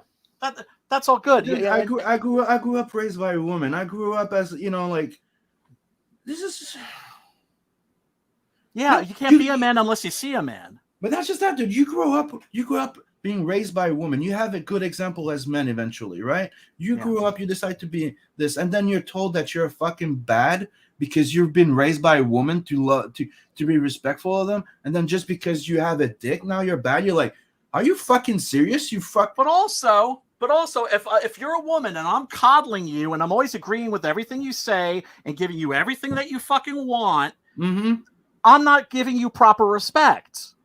And and if I'm saying, like, you have to be handled with kid gloves and all this other shit, and everything's beautiful and everything's perfect, everything you do is perfect, everything is good. It's like, dude, that's mental illness. That's how we treat children. Yes. Yeah, babies, not even kids. Exactly. Then you break it off. You don't even treat your cats that way. No. You know, and you open the door for them, the chivalry, and it's like, no, I'm opening this fucking door for you. Yeah. And are we gonna be here in front of this fucking door for 10 minutes? I'm old school like I'm opening that, dude. it, and you're gonna school like that. And you know in your fucking head you're gonna like that. Dude, I opened the door. I held the door open for a woman, and she looked at me all weird. She goes, "You're doing that because I'm a woman." I'm doing that for everybody. I mean, even the guys behind you. Look at the guy. You know that nod. Guy looks at me with a fucking smile, nods. Thank you, sir. Holds up, goes inside, opens the second door. After you, sir. Thank you, sir. Dude, it was like big fuck you to that broad right there. And everybody was smiling. Because I'm sorry. This is called being politeness, you fucking cunts. Sorry. Yes.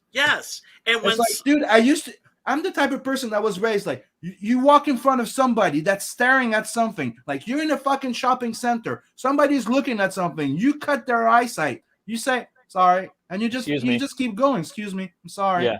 It's called being polite, courteous. Fudge. Yes. And you know what? That's something I pride myself on is my manners. Like, Hannibal Lecter would definitely never eat me because, he only, for the most part, goes after people who are rude. And I don't mind if people think I'm stupid. I'd rather people think that I'm stupid than think that I'm rude and I have bad manners. You know what they say, right? My grandma always said, you never show your full deck of cards. No, never. No. So it's my grandma's like, what's wrong? They think you're stupid. Yeah, what's wrong with that? It's your advantage. And that's Yeah. fine. And that's That's fine. your fucking advantage. They think you're stupid.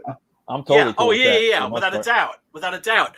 But I'm also like my father was off banging his secretary. I didn't have him around. Really, right?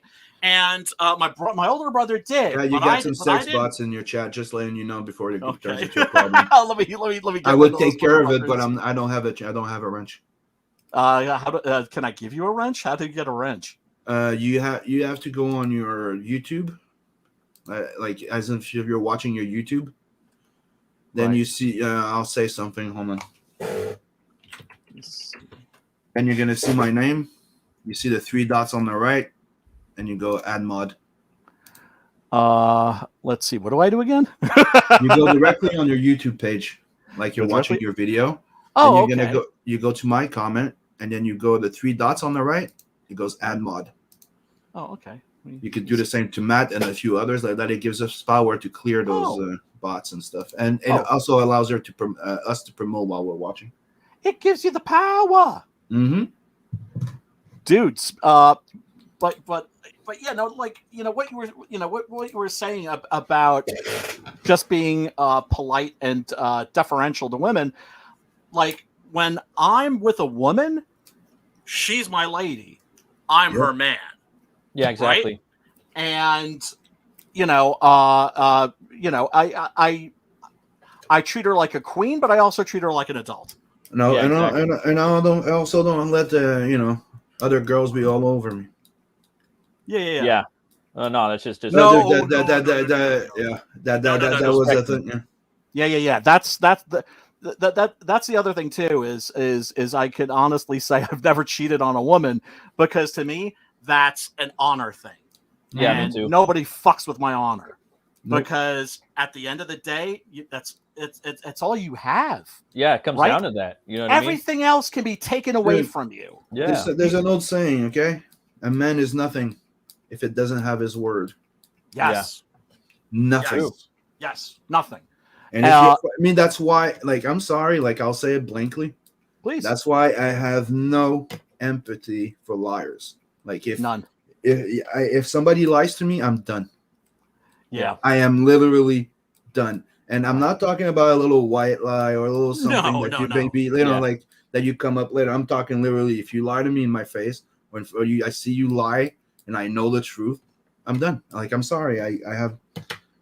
Well, life's too short to deal with liars. Yeah, it is. Yeah, it is. Because liars have no honor. They have no honor, and they're going to fuck you over, and they're going to waste your time. Dude, all I'm seeing is like block user, go to channel, pin message, report, remove, put user in timeout. I should put you in timeout. No, you're supposed to have add mod or add moderator. Huh, that's strange. I heard there's this like Mandela effect thing going on, but I have to go back and rewatch it. In The Silence of the Lambs, yes, Hannibal Lecter never says hello, Clarice. In the movie. James Cagney never said, "You dirty rat." And the whole, "I want to drink your blood." Bela Lugosi never said that. Yeah.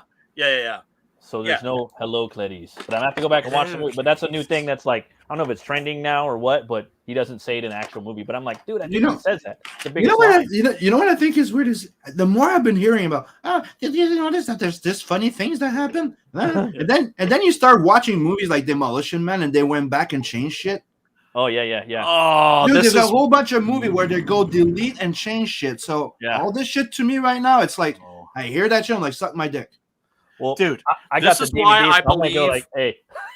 This is why I am such a proponent of physical media. Yeah, but because all my millennial friends, they don't understand it. They look at my DVD, my Blu-ray collection, and they don't get it. Dude, because, like, why would you have all this shit? You can just watch it on streaming. Because they're gonna fuck with that shit. That's why. They spend thousands of dollars just to go replace Taco Bell for Pizza Hut.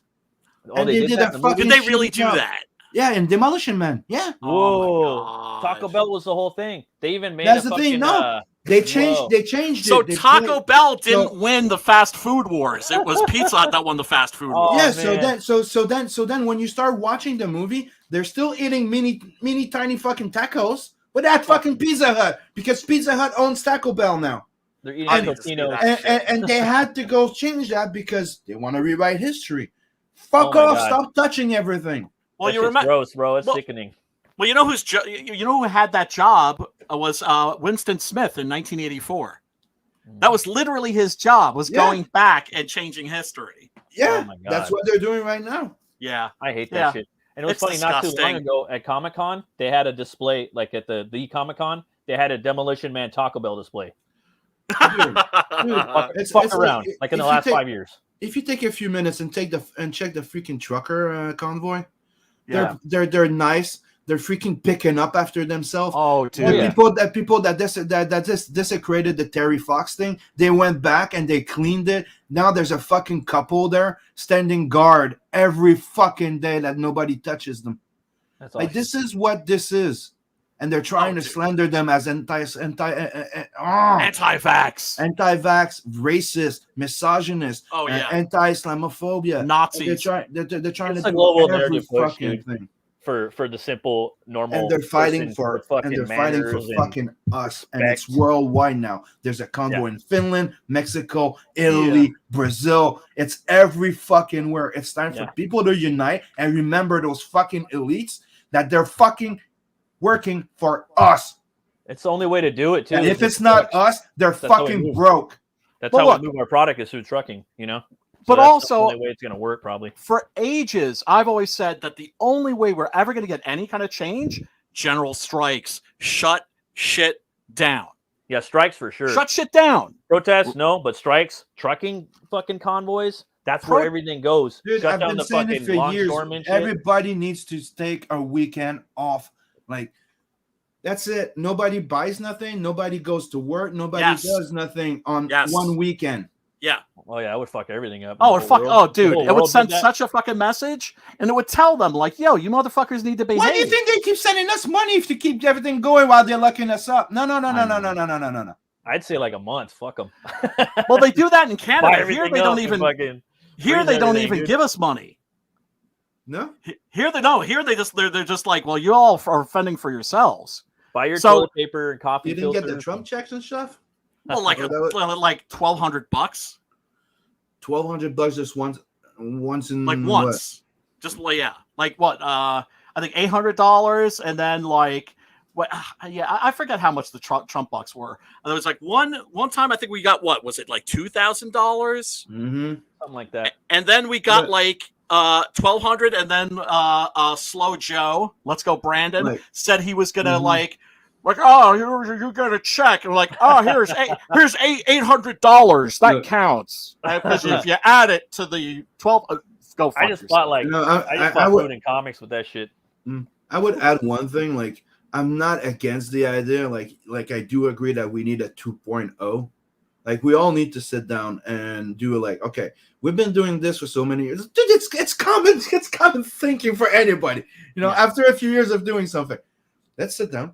Let's see how we've been doing for the last 10 years, and let's reassess and maybe what we can maybe change and propose to people that we can, you know, maybe make a 2.0 version of this fucking thing. No, they're gonna fucking destroy and no, dude, this is how you should have done things. Look, we believe that like maybe and like a universal income is a good idea or is a bad idea. Can we discuss it? Nope. Not in America. UBI, you can't even have that discussion. No. But it's like, if you're going to lock us up, though, it's like, you know what? If you're going to lock us up and then you're not going to, it's like putting somebody in a jail cell and then not feeding them. Yeah. Dude, it's Stockholm syndrome. That's all it is. They're making sure that everybody has Stockholm syndrome. And also that they hate their fucking neighbor. Yeah. That they hate their neighbor. That's the thing that disgusts me the most out of all of this. Yeah, it's the worst. It's the worst people aspect. Turning against each other so bad. Yeah, their family and shit. Oh, dude. People disowning their kids. I'm like, you fucking serious? My father and my brother would not talk to me when they were on their deathbeds. Dude, I got a family of 6 here, okay? We're only 2 in here that's not vaccinated. Right. Do you think that we give shit to each other? Do you think that we laugh at each other? Do you think that there's any fucking no? No, I don't, dude. I haven't gotten the jab. First of all, it's not a vaccine. It's like an immune system booster. So I wish people would stop calling it a vaccine.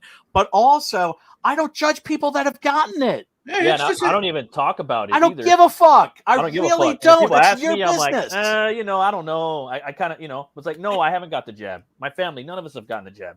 You know, what I mean? I don't talk about it. If you want to get jabbed up, fuck it, get your jab. I don't care. Right. But it's like, that's your choice. But don't fucking hate me because I haven't gotten your jabby.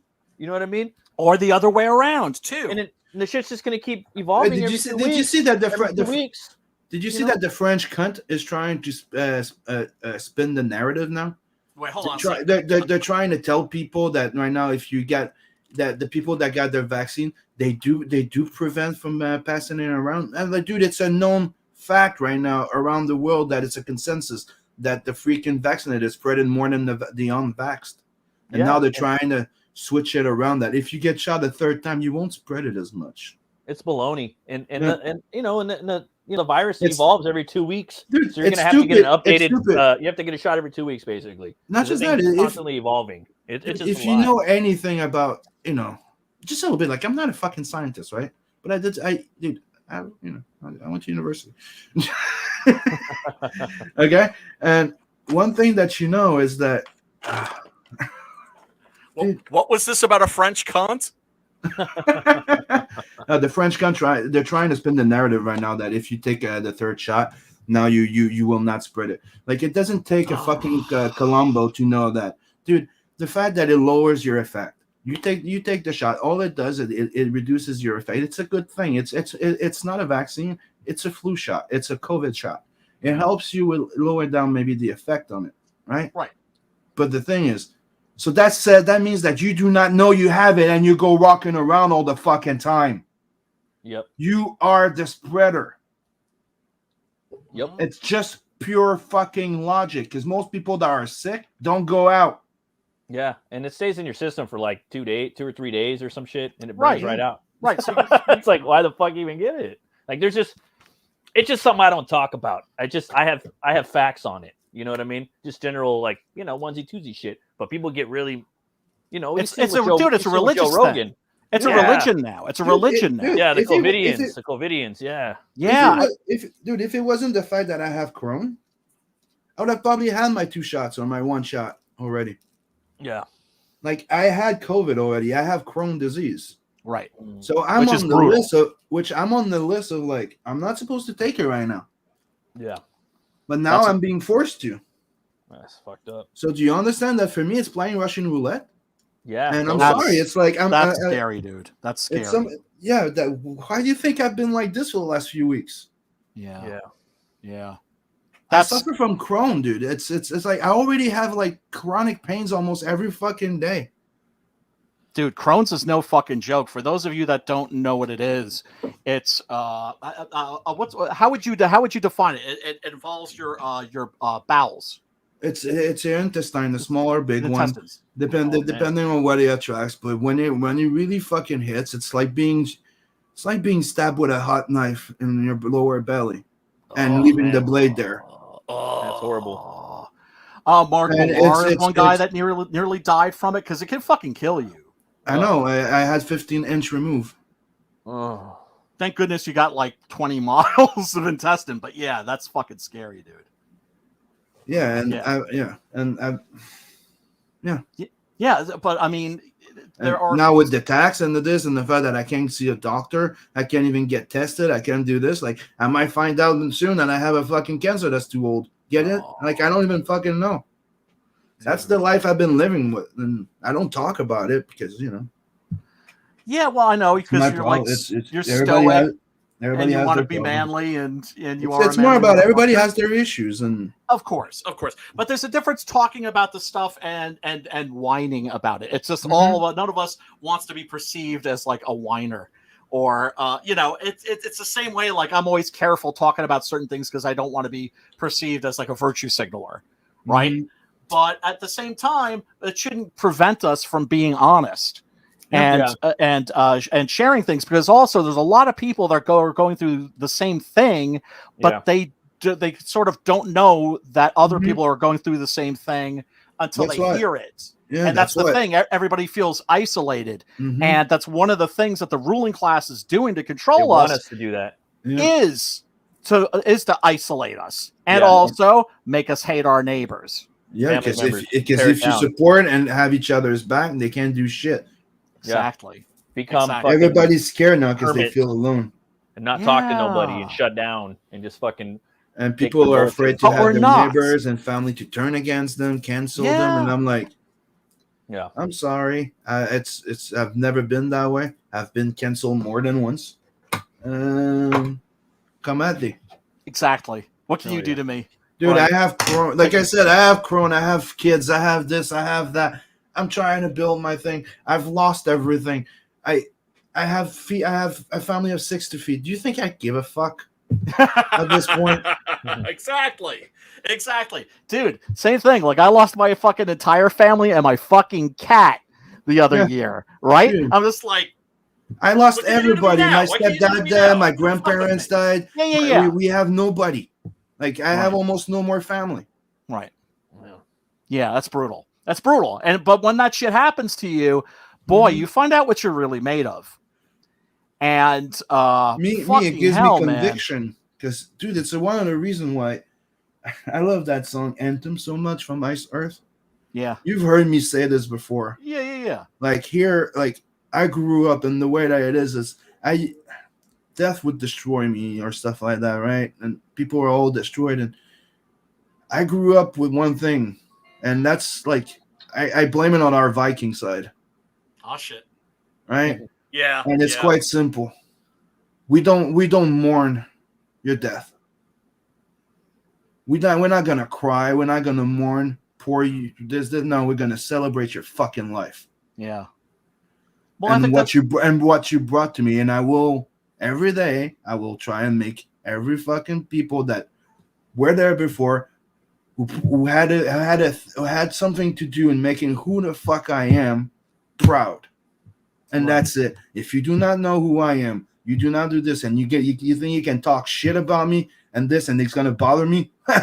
Tough cookie. Kiss my nuts. Yes, lick my balls, gargle my balls. It's like when I got my first SJW hate mob, I was like dealing with these motherfuckers. Literally for 30 minutes in, I start to get like this like tight feeling, or I suddenly realize I've got this tight feeling in my gut. It's this bad feeling. And I have it, and it's not one that I'm accustomed to, but that I remember from when I was younger. And it's just like this feeling of just like anxiety that you get when you're like bickering with other people. And I suddenly realized, oh my God, these motherfuckers live in that place. You know what? Yep. Let them dwell there. And I'm out. And then that, I was just like, It's like the example of the gossip people. They like it. They thrive in it. It makes them feel better. It makes them feel special about themselves because they put other people down, and then they pinch their nipples and they go, right. Me, I'm like, oh, fuck off. And I'm out. I'm like, go do your thing over there. Me, I like to be this, and I'm gonna go watch some anime and go watch some fucking movies and trying to hang out with people that are not like, did you hear what that person said? For me, it'll just be the same thing. I say what I like. I do what I like. Fuck off. And I'll just copy and paste that. And I'll just put that to everybody that's fucking with me. And I won't even fuck with those motherfuckers. No, because you don't need that negative shit in your life. No, and they're not just that, dude. It's also the fun of one thing is like I used to think that you would need to stand up and stand ground and defend every fucking accusation and shit like that. Yeah. One of the things I've learned a while back is, and I've told Brian this a while back too, when something happened, I'm like, just don't, because the thing is, that's what they want. Yeah, it's like it's that guy that goes poking at you and poking at everybody, hoping that one of them's gonna get mad. Then he runs to the fucking principal and go, "I'm a victim." That's exactly. It's exactly what the fuck's going on. So now one of the things I'm like, somebody comes to me and I'm like, oh, that person's going around saying this and this and this about you. I'm like, let it. It doesn't bother you? Nope. Why? Because eventually more people will realize it like you and come to me and go, hey, that person, I don't care. Right. And then people will make their own fucking decision going, well, that guy's not doing that. That guy doesn't give a shit. So obviously that one's a full of shit. And that's it. It was interesting. It was interesting to like be in that world for like those 30 minutes, right? And see that, like, you know, and to have a whole swarm and realize that these are people that spend their time, God knows how much, doing this. Oh yeah. Right? Yeah. Right? They're like hall monitors, right? Yeah. Fucking LeVar Burton said, I don't think we live in a cancel culture. I think we live in a consequence culture. I'm like, well, you know what? I think we live in until the consequence hits you. Remember when you got canceled not too long ago? You fucking cunt. Yeah, exactly. Remember, he had no more career. Why? Yeah. Google. He ain't reading no rainbows no more. I know, right? Well, it's but it's dude, like I'm sorry, Elvira, fucking Elvira, dude. We're in a fucking horror talk today.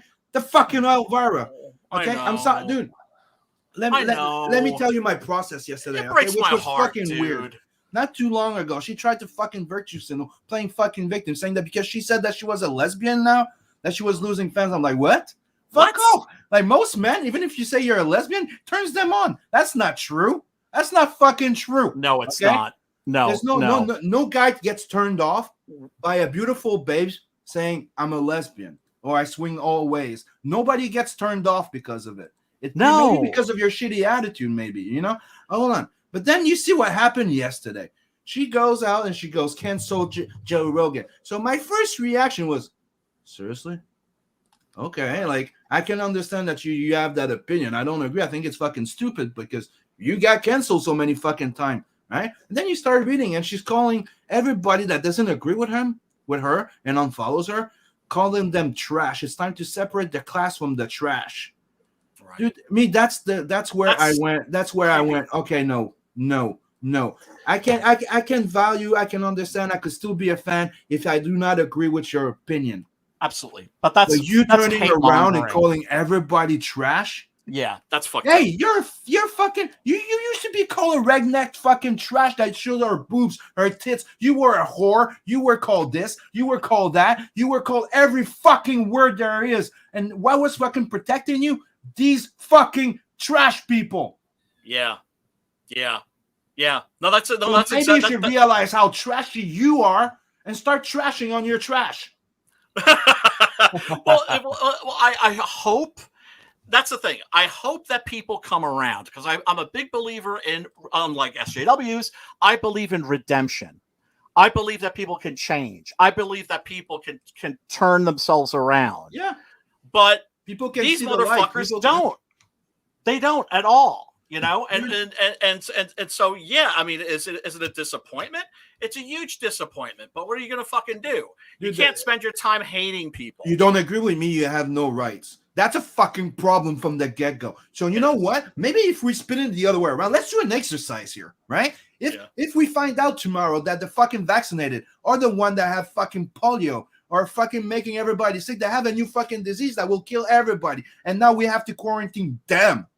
Right. Would they still have the same fucking energy? Right? Yeah, we know the answer to that question. You know what? Have you ever be a pure blood? Have you ever seen her nudes, by the way? Yes, I did. She's gorgeous as a ginger, and she has nice tits. Dude, she has beautiful tits. Oh my god. Oh, dude. Really nice nipples. Oh, you know, she's class and we're trash. And the Firebush. Oh God! Anybody seriously? I wish I could show these pictures. I'm looking at some of them now.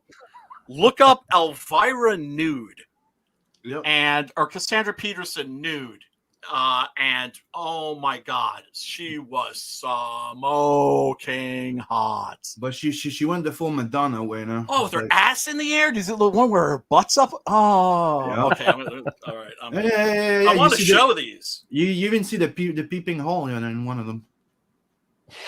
Oh, really? You see her butthole? I never saw her sphincter before. You said the asterisks. Oh, let me see. Oh, Dude, she posed in Playboy. She was everywhere. Yeah, and there's nothing wrong with that. No. We're just alluding to the fact that she was called everything. It's like Madonna. Remember Madonna, Samantha Fox? Samantha Fox did not do that, though. I'm just using the example she went of what topless. happened back then. No, but what happened back then? They were doing things, right? And people were going after Samantha Fox because she did the ripped jean thing. And then you had Madonna, and they were the first one going, this is our liberty. This is our womanhood. Do not tell us what to do. Yeah. This is woman empowerment. And now it's fucking male gaze and patriarchy telling them what to do. And then we're like, okay, you're saying that now. So why are you now at 67 years old, twirling your fucking plastic butt everywhere, trying to get everybody to want to fuck you, and you date 15-year-olds? Because she does. Does she really? No. I didn't know. Oh my God! I'm here. Oh, you're breaking my heart, brother. But dude, yeah, she likes them young. It's known. Oh, that's fucked up. That's fucked up. Oh, crazy. Well, you know what? Whoever would have thought. If you had told me, no, don't be sorry. But really quick, I just got to point out the fact that if you told me when I was a kid that the world was run by like satanic pedophile cults. I would, right, and now I'm starting to realize that the world is kind of run by satanic pedophile cults. Kind of like Elric. Yeah, man. Yeah, and always rules for thee, not for me. Yeah, always. At least in England, they're giving Boris Johnson shit. Here, they don't even give them shit. Before everybody knew that it was a girl and boy thing. That when you went to Hollywood and you wanted to be a big guy, right? Yeah. You either had to suck some pole if you were a chick, or you had to eat some old bushes if you were a guy. As Brad Pitt. Also, if you're a guy, you had to suck some dick, at least in but New York. I'm just talking about the good old days. The good old days. Well, Jerry Butler. But before everything came out, that was the point. Like, right. We all but you knew it existed. Before. We all knew that there was those old women that were loaded, that like to have those younger, pretty guys to come do things for like favors and money and stuff like that. Right.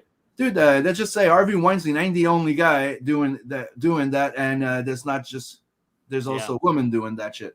There was a story a long while ago. Was it Glenn Close or the other one?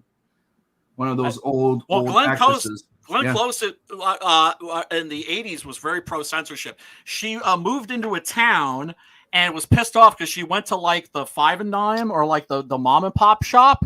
And in the magazine section, they had softcore pornography. They had Playboy and Penthouse. And she put a stop to that nonsense. Yeah. No, you can, some people have problems with tits. It's like, it's one of the things I think it's weird, like, especially on your side. I know. It's like, hey, gore violence in this. Show some nipples. You're naked. Yeah. Like, dude, the first time, it's one of the reasons why I did it in the beginning. When people were shocked because I put my camera on and I would be shirtless. I'm like, dude, it's the fucking middle of the summer. I'm like, I'm home drawing. I'm like, why are you guys surprised about this shit? Until I understood what it was. No, but until I understood what it was. It's like a people's shyness. It's like, it's weird. Like, I give you a chick. She takes her shirt off, shows her tits, and you'll say, oh, she's shirtless. She's topless. You see a guy without a shirt, he's naked. Right? Like, do you make the link how funny and weird that is? Remember, I grew up with German parents, right? And we would go to the old country frequently. And the attitude there is the opposite of the Americans. It's like violence, bad, nudity, okay. On the cover of the German main news magazine, like it was called Stern, which means star, right? It was the German equivalent of Time magazine. What was on the cover almost every single month? Tits. Tits. You would see a nude woman Sometimes one issue you saw bush and full frontal male nudity. Whoa! Right? Imagine a dick on the cover of Time or Life. That's how much they don't give a fuck. Mhm. Right? And then I go back to America, and I have these magazines with me and my friends. They look at the covers like, oh, hell yeah. They think they're like, they're tearing into like an issue of like Hustler or Playboy or Penthouse, Playboy. I mean, you're a loser if you've actually paid money for nudity by buying Playboy when you're a kid. You always went with Hustler because it showed you gynecological stuff, right? And my friends were like, wait a second, this is a news magazine. Why are there tits on the cover? Because everybody loves tits. Yeah. Dude, that's simple. It's a thing. Like everybody's like, it's men. How do you say it? Materializing woman or whatever they call it now.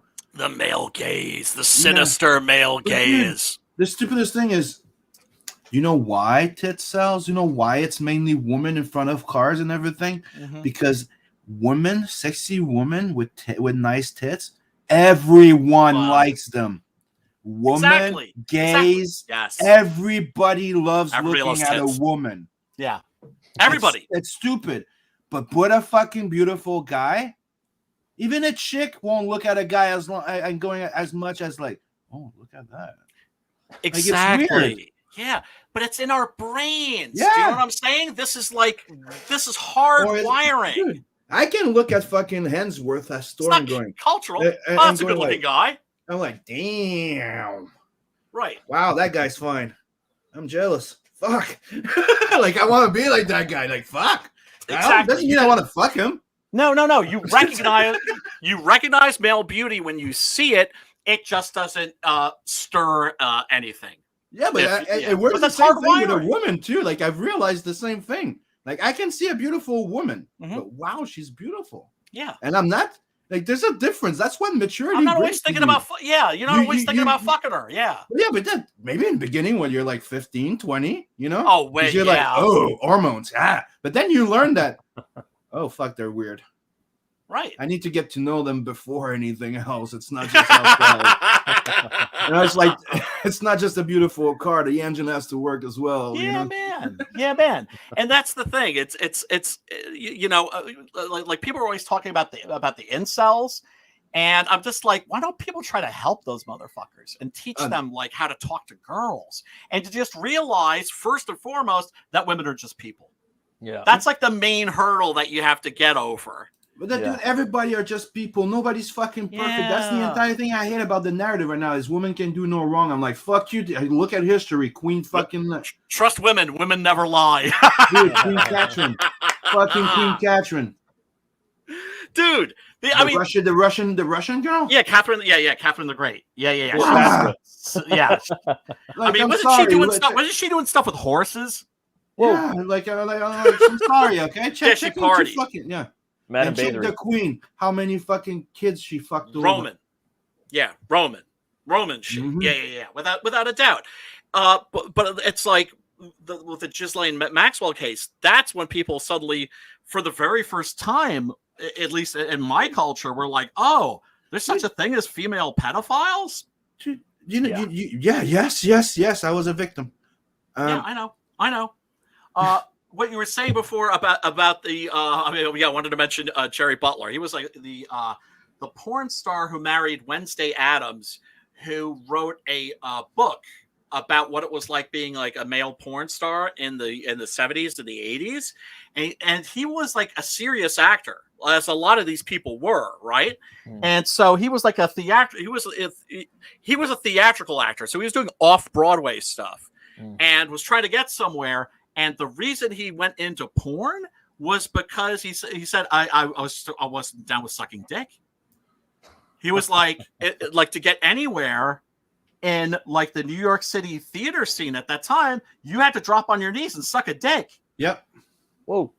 Yeah. So whenever you're watching Well, like I mean, I'm assuming that I don't know if this was in the TV world or not. But if you see guys, you're just generally speaking like, odds are that they fucking tossed a blowjob at some point. But the thing is, a lot of people would go for their pole because when you choose the pole, the age gap is bigger. Well, if you choose the rug, it's certainly an old with spider web in there. An old attic with spider web. Oh man! Well, they're still using them. Okay, we're joking around about this, but for people around this, it was a common trope. Everybody knew this before. Mm-hmm. Yeah. That if you went to Hollywood or you would want to do the stuff like that, this is how it was. Still kind of like that too now. I don't doubt it. They didn't make it all right. No. Yeah. No, of course I'm not saying it's okay. Institutions like that don't change. No. Yeah.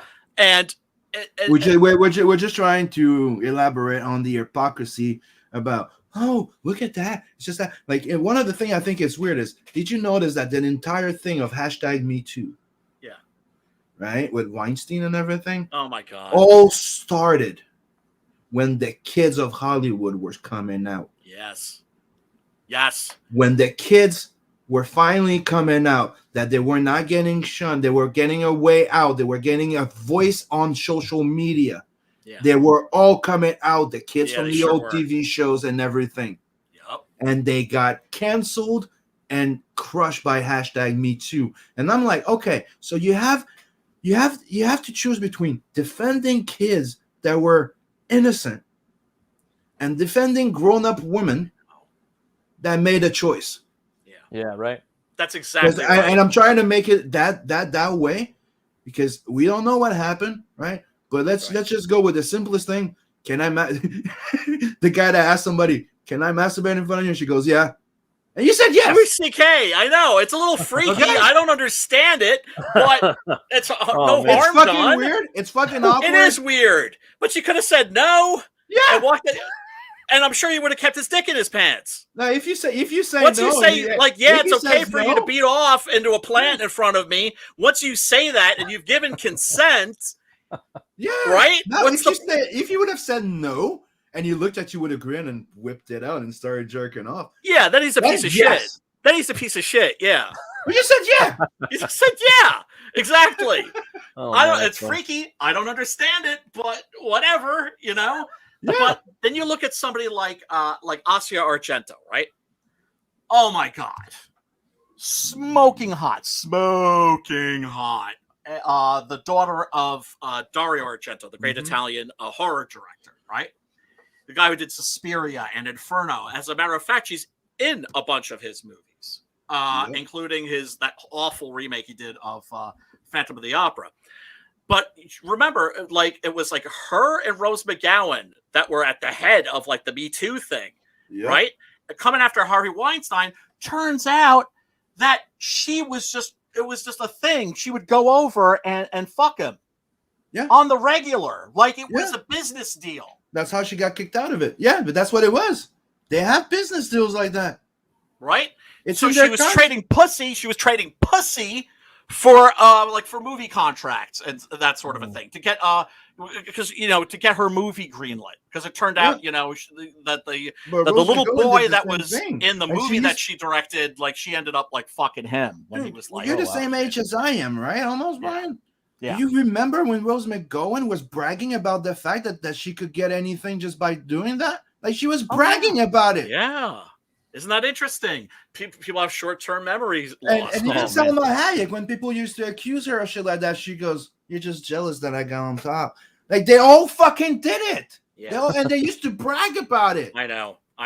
And you know what? As long as the guys are adults, they had him in their hands. I'm like, okay, so what happened now? Right. As long as they're adults, like I said, we're trading pussy for these movie roles, right? Yeah, or but they're very unlikable, and then people don't like them anymore, and then they blame the people that don't like them for not liking them because they're unlikable. Oh yeah. Yeah, well, but also that makes you like a alt-right Yahtzee. Yeah. And a white supremacist and a sexist. And look at who dresses like them and tries to tell you to feel like them. Yeah. No, that's absolutely true. That's very true.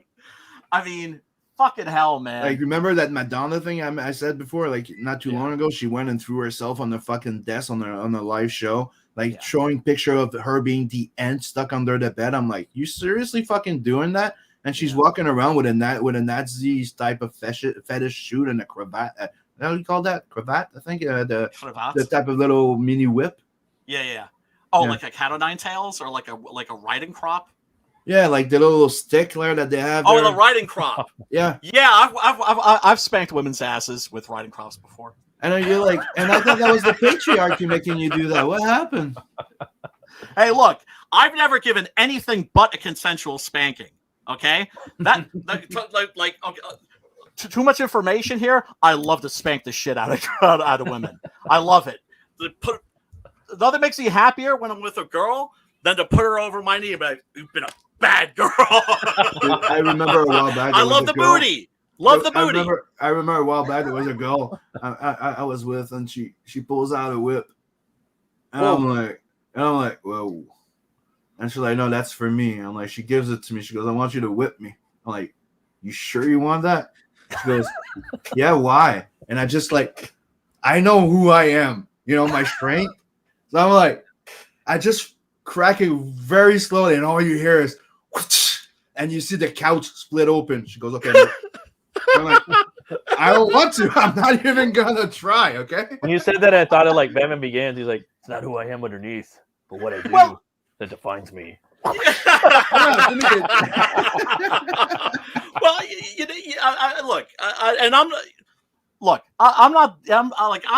I'm easy to please, right? I just like a little bit of kink, like a little light bondage, that kind of little spanking. But like my first girlfriend was like the B&D S&M editor of Screw Magazine. Right? And so I was like, oh shit, like I'm like, what am I getting into? And I was always like, here's the thing, like I don't like, if you want me to like degrade you or like spit on you, number one, number two, like or choke you, I'm not into that. And she was like, no, she just liked a little spanking. Spanking, there's nothing wrong with it. But I forgot to mention one thing, is that it was a new thing she wanted to try, but she actually bought a whip, not a fetish thing. She bought a real one whip. No, those are dangerous, dude. That's why I did that. I'm like, you sure about this? Yeah. And I'm like, deerskin. The leather couch with a slice. And she's like, oh man. Get a deerskin flogger, right? Like a cat o' nine tails made out of deerskin. You can beat a woman's ass as hard as you can. You ain't doing any damage. So every day, learn something new, folks. That's your message for the day. Deerskin flogger. There's no way you can in the world that you can hurt her, and you can just lay boom, boom, boom. Oh, poor Matt. It's like a good, wholesome family, man. He has to like listen to our perverted shit. God damn, man. You guys are funny. Oh, Christ. Oh, by the way, Matt, do you want to show off, or are you keeping that on the down low? I'm gonna keep it on the DL for a little bit more. Okay, all right. I don't want to give you away, but Jesus Christ, man, it is great seeing people finally like waking up to so much shit, and but also, like with the Epstein thing, when that happened, how like for a month everybody kept their mouths shut, and then after like I guess I don't know why, but a month later everybody's like, yeah, that's some bullshit. All at once. And they tried to keep, they were like, no, he hung himself in his cell, he had bruises around his neck and everything, and and he was on like like being checked on guards every 10 minutes, except the guards fell asleep. And of course, there's always a camera in there, but the film disappeared. And it was just like bullshit upon bullshit upon bullshit. Once people get to the point where they're just like, okay, so wait, now first masks don't work, then they work. Now I have to wear the right kind of mask. No, you have to wear 2 of them. At a certain point, people are have reached the point where it's just like you get the feeling that they're telling you to stand on one leg and rub your stomach. Yeah, Simon Says. And you know, it's just like that. The French have been there for like, and not just the French, but other Europeans and Scandinavians. They've been there for a while. Yeah. And it's like, it's like we're looking at Canada, and you motherfuckers are stepping up. People aren't stepping up here. Nah, here they're in America, stuck, especially over here in California. Home of the brave. It's starting though. They're joining our side. What I hate seeing is there was like 10,000 truckers just coming here. Oh yeah, and that was beautiful. And there's talk about them going to Quebec after, and then go and then there's like I'm part of all the groups on Facebook, and I can tell you there's talk about moving to DC after. Oh, that would be amazing. Oh, yep. dude, this is American truckers joined them. Dude, this is the snake of life. Yeah, going around the planet. There's never been a convoy so long, and dude, you cannot. Dude, this is the infinity fucking snake. It's the fucking. It's gathering around the world right now, and the world serpent, bro. It's Urmander, Urmander, however you pronounce it. The one that fights Thor and kills Thor. Yep. Yep. With its venom. Yeah. Yeah. Oh, but yeah, we were talking about nudity before. Oh man, one of the things that just drove me fucking crazy this week. I finally watched like season 2 of The Witcher. I haven't seen that. Is it any good or what? It's shit. Oh man, it's woke shit. It's woke shit. And let me put it this way. I'm watching it, and as I'm watching it, I'm checking off boxes in my head. Yeah. Like I'm imagining myself as like, because you know they have like committees and that sort of a thing. People who have careers doing this in television and movies now, where their job is to be like, okay, well, we need a more diverse person there. We need, right? So I'm watching one episode, and there's a black deaf elf, right? Now, the black elf thing, okay, whatever, right? He's deaf. Well, why is he deaf? Well, no, he's just deaf, so we could have a deaf person. And you know that the actor that's playing the deaf character is actually deaf because everybody has to stay in their lane. Right? And then that character gets killed, and I'm just like, wait a second, you can't kill him. Right? Because the diversity. Right? Yeah, right. And isn't that like a trope? Black people getting killed in like at the beginning of horror movies and that sort of thing, right? So the very next scene, there's like a black elf, and he's right up in your fucking face. Dude, I'm sorry, okay? I'm sorry, but the jig is up. Like, we all know that they really don't give a fuck about. They don't give a fuck. Yeah. It's all, dude. They're the most racist people. Yeah, they are. They absolutely are. Dude, they've brought back segregation. I know. Horrible. And not just that. Look, white supremacists, like, I've seen it from your side, you've seen it over, and I think one of the best things that's coming out of this fucking trucker thing, it's everybody's seeing it now. Yeah. Okay. It's too big to hide. Did you notice how they're Islamophobe? They're this, they're that, they're this. Did you notice there's Sith families there from India? There's Saudi families. There's the natives. We have the fucking support of the native tribes. Yes. Everyone trucks, bro. Everybody's there. Everyone trucks. And what? We're the fucking French minority? No, you fucking are. No, it's and we're coming for your asses. It's inspiring. But here's the American media has just been pretending like they don't cover it here. I know. So most Americans don't even know that this is going on. They don't but want for you guys how to long? rise the fuck up. Right. But for how long can they keep the lid on that shit? They can't keep it on forever, right? And they're censoring the internet, and they're I mean, now they're trying to get rid of Joe Rogan. We got people from Texas, California, Virginia. They're all coming here to protest with us. Beautiful. And they're protesting in their own fucking area. Yeah, well, they need to bring that shit back here. But nobody's talking about it. But there is a lot of American brothers fighting back over there too. but they're just not being talked about. And a lot of them are here. They passed the border a few days ago. There was 10,000 U.S. truckers that passed the freaking border.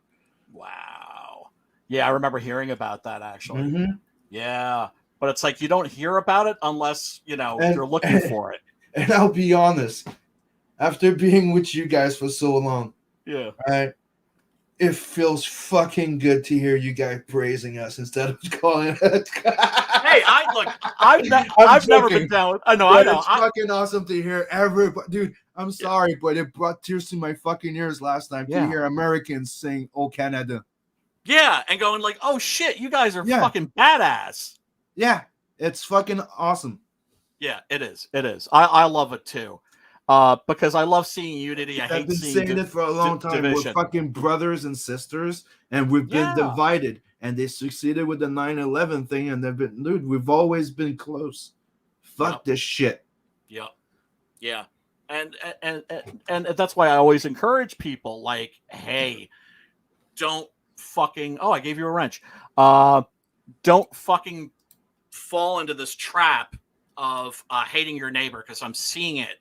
Yeah. From people that I thought were compassion. Yes, but it's like, no, fuck those people. I hope they die. It's like, what the? And these are people that I thought were like knew better. Yeah, it's like Invasion of the Body Snatchers, bruh. Sucks, like, bro.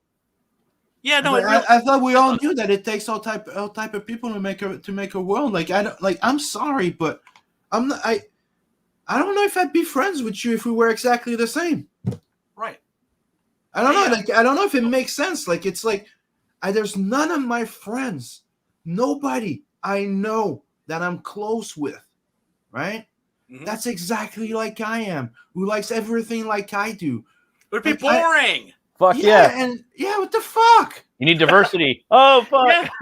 We don't agree on everything, and that's the beauty of it. Diversity of opinion.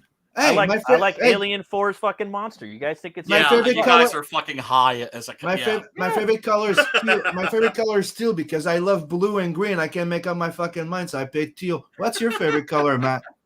I can't make up my mind. Recently, it's been red, but my whole life it's always been like blue and green and like black and gray.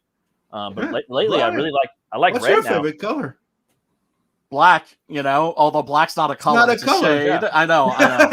Yeah. But I mean, all my clothes are black. I mean, I got a lot. Me too. I wear a lot of black, but I know it's not a color, right? Right. Yeah. The thing is, but dude, it's the principle. Who gives a fuck? Yeah, doesn't yeah, exactly. It's like if somebody likes spicy food, somebody else likes sour food. Some people like sweet, some people like savory. There's always all that shit. Yeah, like all that shit, right? And I mean, I can't fathom why somebody would eat, how somebody could enjoy eating a grapefruit. But does that make me hate? Does that make me hate them? I don't like it, man. I don't like grapefruit. I never have.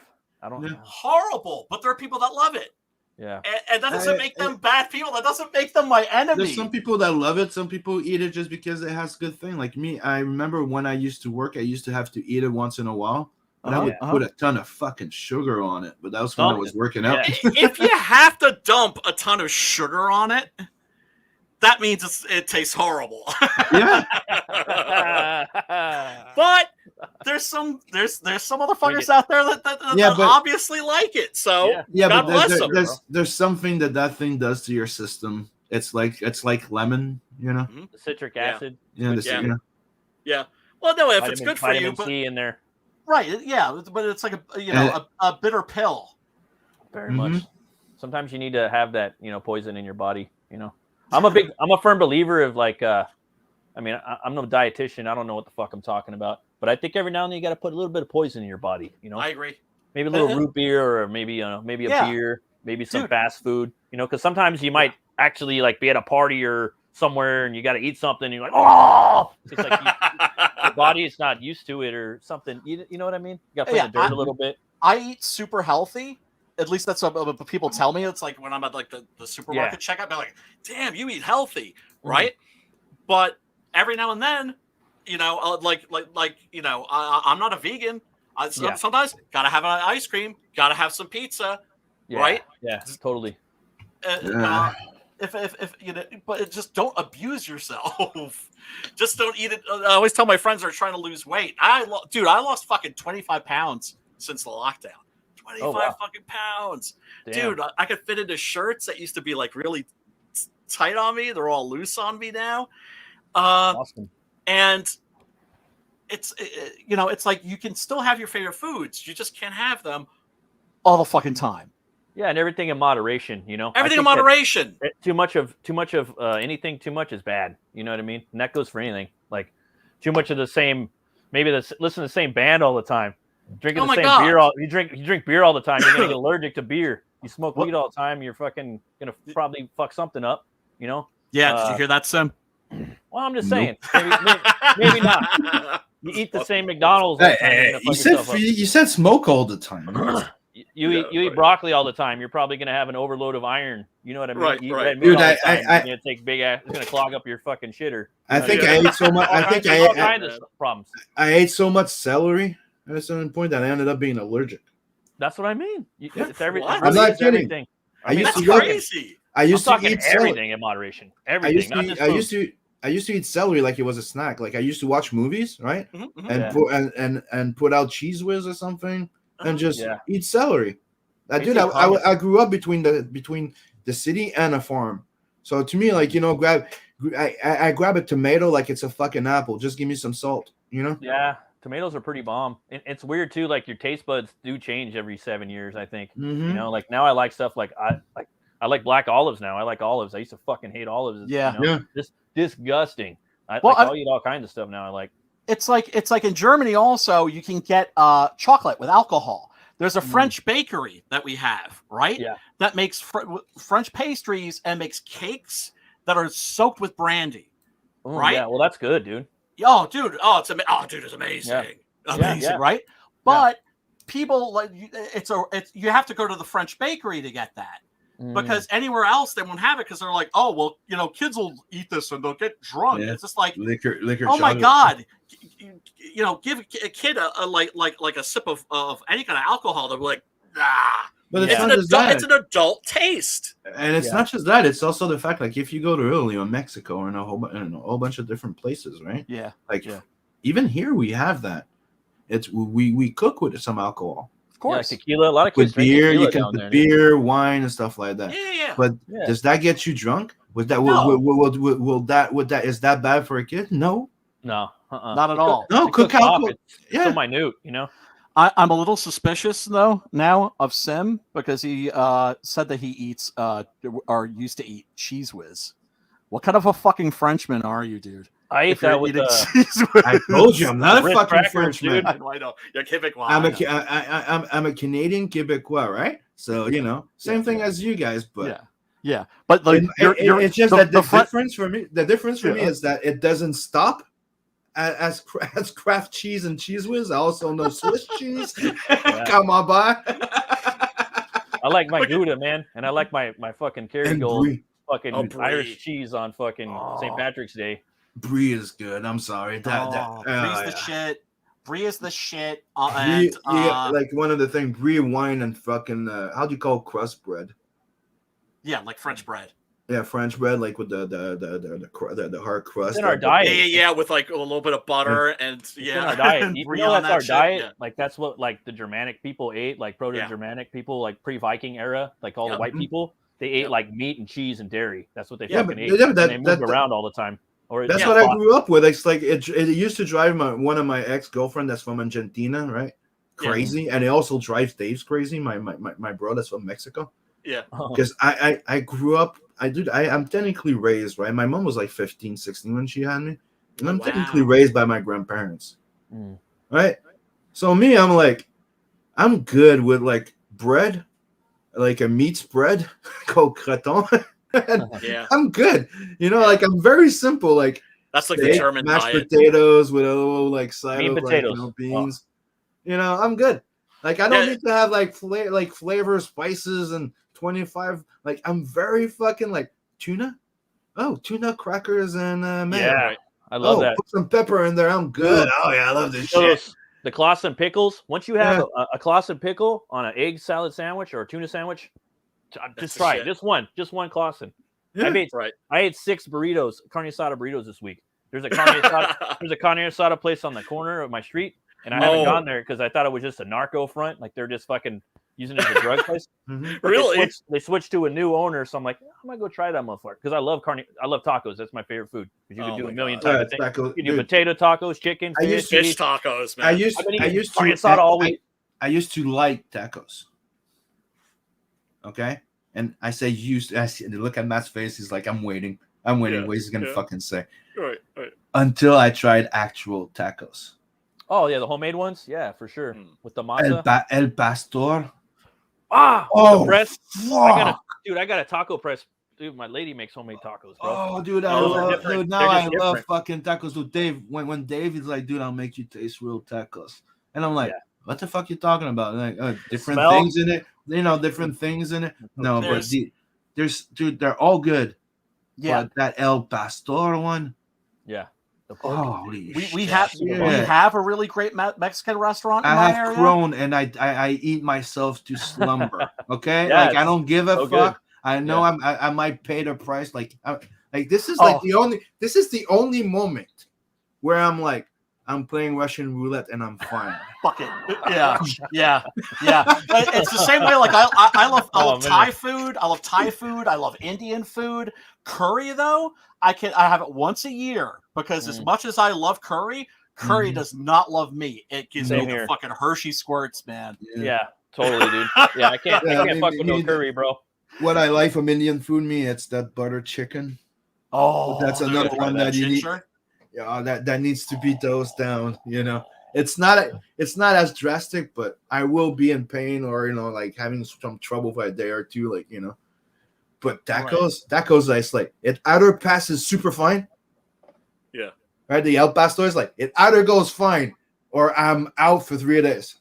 Oh no. Oh man. You know what I mean? Oh no. Yeah. So that's how much you love that shit. That's how tasty that is. You're like, I shouldn't be eating this, but fuck it. I got hundreds of those places around here because I live in LA County. So there's hundreds of Mexican restaurants like on every street, like all over the place. And what I do food is trucks, right? Food trucks. They're just food and beer everywhere. So what I do is whenever I go to a place, like a Mexican food restaurant, a little whatever hole in the wall, I order the carne asada burrito because either that's an opportunity for them to clean up on all their shit for the week.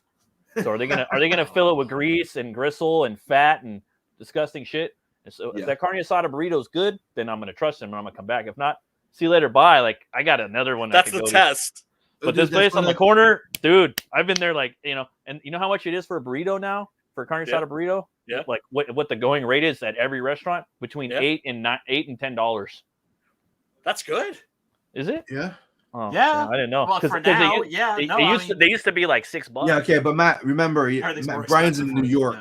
Yeah, so I don't know. Everything costs like 3 times more. So it does, huh? In I'm outside of the city. Like I'm outside of the city, so it's not as bad as it is in the city. But in the city, like if we were like hanging out like on the Lower East Side where I used to live, with my best friend, if there was a party in Tribeca that we were going to, we would buy the beer in our neighborhood because in our neighborhood it would be like I don't know, for like a decent 6-pack, maybe like $10-12. You went to Tribeca, it was like fucking like 25, 30 for a fucking six-pack. We used to do some shit like that, back in the day. Like the bars would be expensive, so a lot of people would drink in the parking lot. Right. Bring their 12 packs and they go in the bar and buy one beer, Yeah. Shit's hilarious. That's crazy, dude. That's expensive. Yeah, well, I mean, like, when you're partying in the city, for instance, if you're going to see a band and you went to like a venue, you got pissed before you went in, definitely. and then you go in, and then you just nursed your drinks. Yeah, you babysit. Us, it's one of the best things that happened out of all this COVID thing is that we had to use Uber once in a while. Oh yeah, Uber's awesome. That's and we found one place that delivers by Uber only. Oh, and really? it's a Mexican family restaurant. Oh. And we're like $48 Canadian for you get like a family pack of El Pastor. Oh, that with like 16 tacos or something like I that love or something. tacos, bro. Like And I love. me and Dave eat it all to ourselves. Yeah. It's like, Like, this is the moment that when we don't have kids, you know what the fuck we're eating. Right, Yeah, right. Oh my god. How are your kids, by the way? Oh, they're doing good. And Oh, that's fantastic. That's fantastic. the girls are back in school and not starting school soon, but he's a bit worried right now with like he went for his 2 shots, no problem. Like he's the one that wanted to go. Like I respect his freedom. We talked about it and he wants to go. But now he doesn't think of going for the 3rd one. Mm-hmm. He's having doubt. And right now they said that the passport they want to put the passport to 3 doses. I'm like, well, that's going to be another fight I'm going to be doing. Dude, this whole vaccine passport thing, man, is scary as fuck. Scary as fuck. Because we don't have that. We don't have that here in the States yet. Yeah. They're pushing, like they're gonna make all the LA County kids get shots out here in like January. So I'm a little like concerned about that, But isn't there some places where they do have it? Because that's what they use to verify that you have your shot so you can go to work.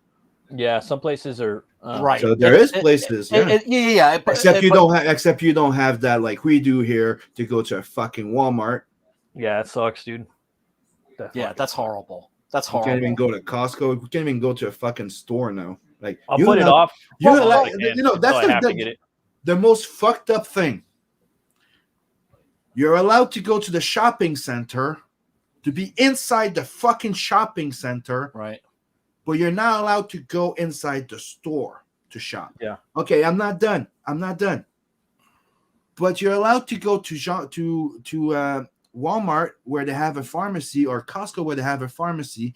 Ask for somebody, an employee, to come pick you up in front of the store, walk you through the store to go pick up your fucking thing, then walks you back because they don't want you to buy anything else. Oh my God. Dude, so it has nothing to do with being close or in contact or to have a chance of infecting anybody. It all has to do with not buying shit. Ostracizing you, basically making life unlivable. Basically, it has making nothing it so to that do you with can't contagion. buy or sell. Yeah. This is why the trucker thing. Yeah. Right. Yeah. And like I said, you get the feeling they're like testing to see how far they can fucking push people. It's all a test. If you know me, like I don't do political shit usually. No, dude, this is not politics. This is freedom, and this is something else. Yeah, right. It's basic human dignity, for fuck's sake. And there was this paper that was put out by the Pentagon years ago. You can look it up, right? The stories about it are still up, but the actual paper itself is gone. You can probably find it on the Wayback Machine. I think I have a copy somewhere because the Pentagon put this out and they weren't hiding it. It was just there, right? And it was saying the U.S. empire is crumbling. Here's why, and here's what we're going to do. We're going to double all that stupid shit that we did that like fucked things up. Yeah, we're going to double and triple down on that shit. But also propaganda out the ass. Okay, what happened? Psyop. What the fuck happens when the boat starts sinking? The rat starts. Yeah. So. Yeah. But they'll eat through anything and anyone. Yeah, but my point is also is that a lot of us, it's like if you say like, gee, I think the CIA is like fucking with comic books. It sounds paranoid, but we know they've been fucking with movies and the news. Yeah, dude, it's like since the 70s. It's everywhere. Yeah, not just that, dude. There was. If you go back, like, I'm told it's because you guys are not taught that in school, like in history and stuff like that. But us, dude. There was traitors in Hollywood. There was spies in Hollywood. There was American traitors. Yeah. In Hollywood. Yeah. That got arrested, prosecuted a long time ago. Right. Like, are you really surprised that people that are willing to sell their mom, hoard themselves out for money and fame, that would do stuff like that? Seriously, you're. Yeah. No, Yeah. it's it freaks me out that that they would go to the extent where they would like fuck Superman up the ass, bend him over a chair, and stick a piece of rebar up his ass. Yeah. The strongest character. That's a message. Yeah.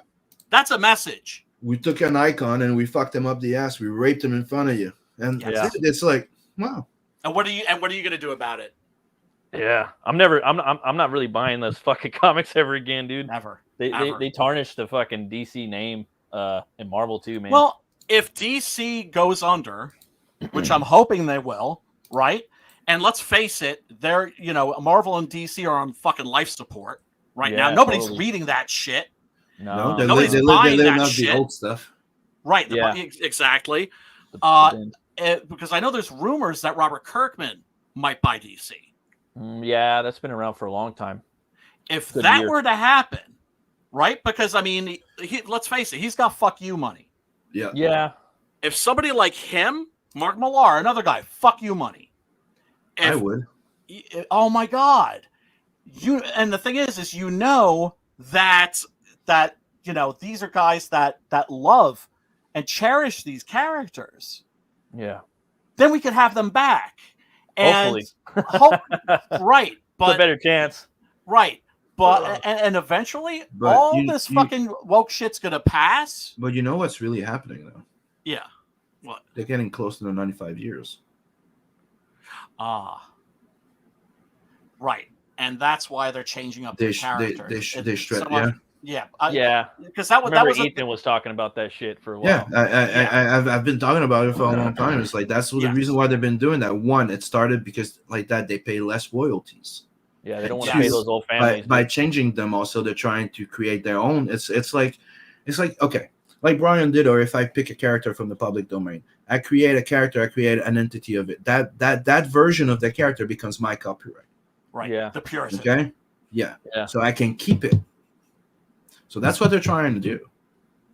Right. Changing the characters so much and doing this and And I needed this pointed out to me.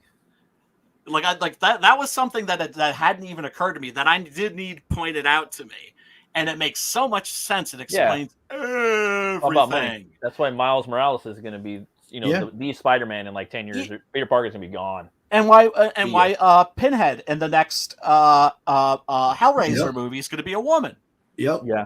And I don't know if you saw the trailer for that fucking Texas Chainsaw Massacre that's going to be on Netflix. No, I seen it. It looks like ass. Yeah. Fucking. And Leatherface does not look anything like fucking Leatherface. Horrible.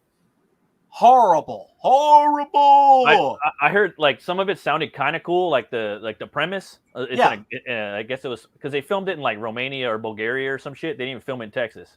Interesting. But the idea, I was like, oh, that sounds pretty fucking tight. The concept was that it's in an old ghost town. Yes. And so, these hipsters come in and they buy it. Yeah, and he's chasing them around. I'm like, oh, that sounds kind of cool. Yeah. But I mean, who the fuck's doing the movie and what's the message and da-da-da-da-da. You know what I mean? But the setting I thought would be kind of cool, like a Western. Yes. Like that's tight. Yeah. I was down for that. And then I saw the trailer and I was like, uh-oh. I'm gonna have to watch it tonight. You see, I was very disappointed. I never got news from Robert Rodriguez. But after seeing Boba Fett and what he's going to be doing with Zorro, I'm happy he never called back for Bloodhunt. Oh, dude. Yeah, dude. He's one of my favorites, Zorro man. thing. Oh. When I heard the Zorro thing, I was like, I had and that's been done already. That was not just that, dude. Brian, remember I talked about it 2 years ago because you did. I heard about it in the grapevine. Yeah. And I'm like, no. And I knew and I called it out that it was supposed to be a fourth wave feminist. I would have turned Zorro into a fucking a beast. The fox. The third wave feminists were so much better. They liked penis. No, it's the second wave feminist. The third wave feminist is the one that started all of the SJW. The fourth wave is I'm getting the generations. The second wave is the one that was everybody. We're supposed to be a team. We're supposed to be men and women. Yeah. Like we actually like men. Yeah.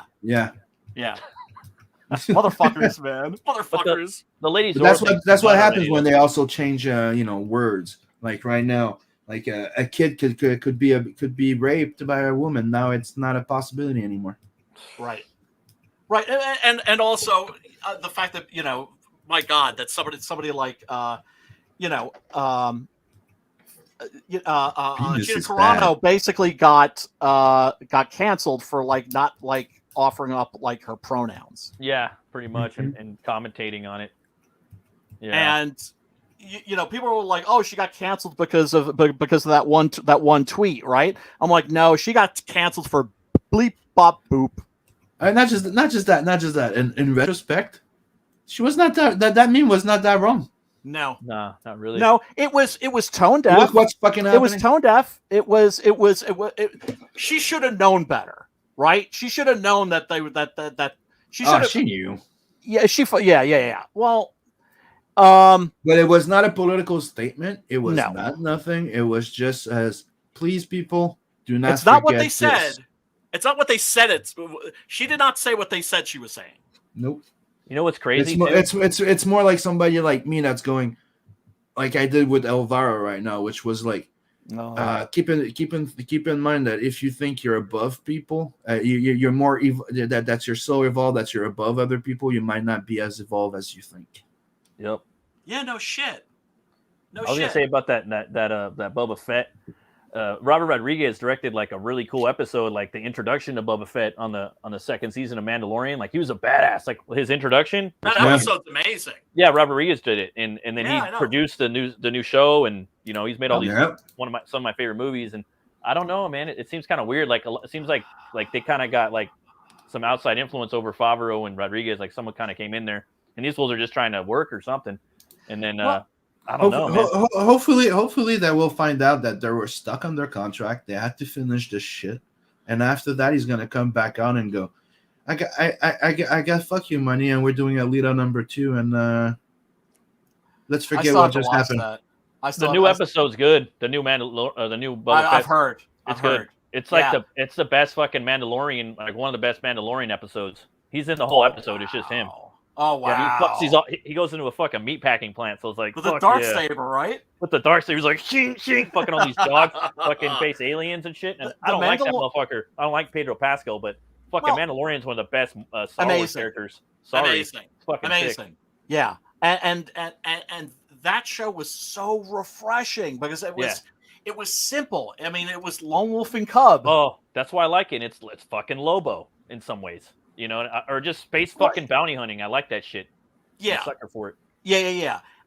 It's funny because when my friend, when I found out about the Del Toro thing, my friend called and he left me a message, and he was just like, "Call me immediately," and I was like, "Okay." And I called him, and he's just like, "Guess who I just gave Six Gun Gorilla to?" And I was just like, I was gonna say Guillermo, but I was just like, Rodriguez. And he was like, nope. He's like, up. Wow. And I was just like, Guillermo? He's like, yeah. So, I mean, I love Rodriguez too. I think he's done a lot of great shit. Not all of his stuff has been great. He's been very hit or miss, I think. But I like most of his movies. Most of his stuff. Yeah. But the idea that you would think I was like, shit, bro, I thought you were a Zorro fan.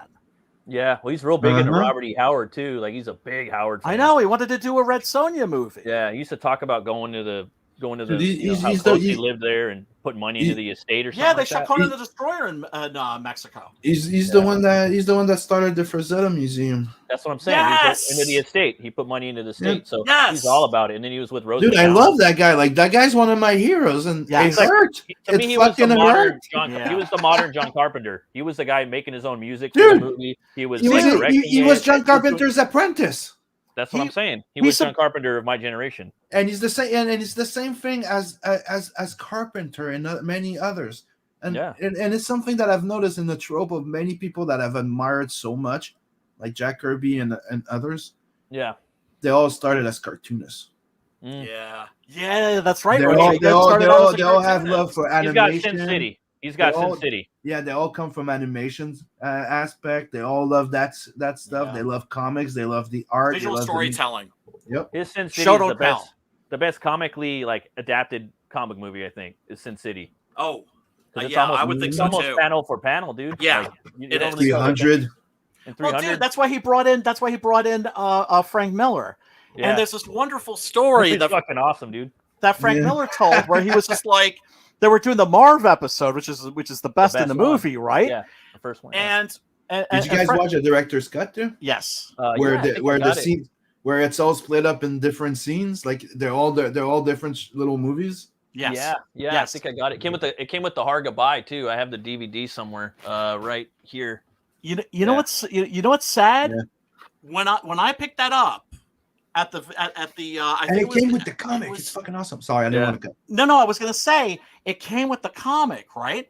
Yeah. And so a guy in the store sees that I'm like carrying this to the Genius. checkout, and he's like, oh, where'd you get that? I'm like, oh, they're over there. But don't forget, you can also grab a free comic that comes with it. Oh. And you know what his reaction was when he saw the comic? He went, ugh. I was like, what the, right? Yeah, But that tells you about the attitude towards comics in America, That makes right? sense. And I don't know if it's because Why do you think I shared this? A book?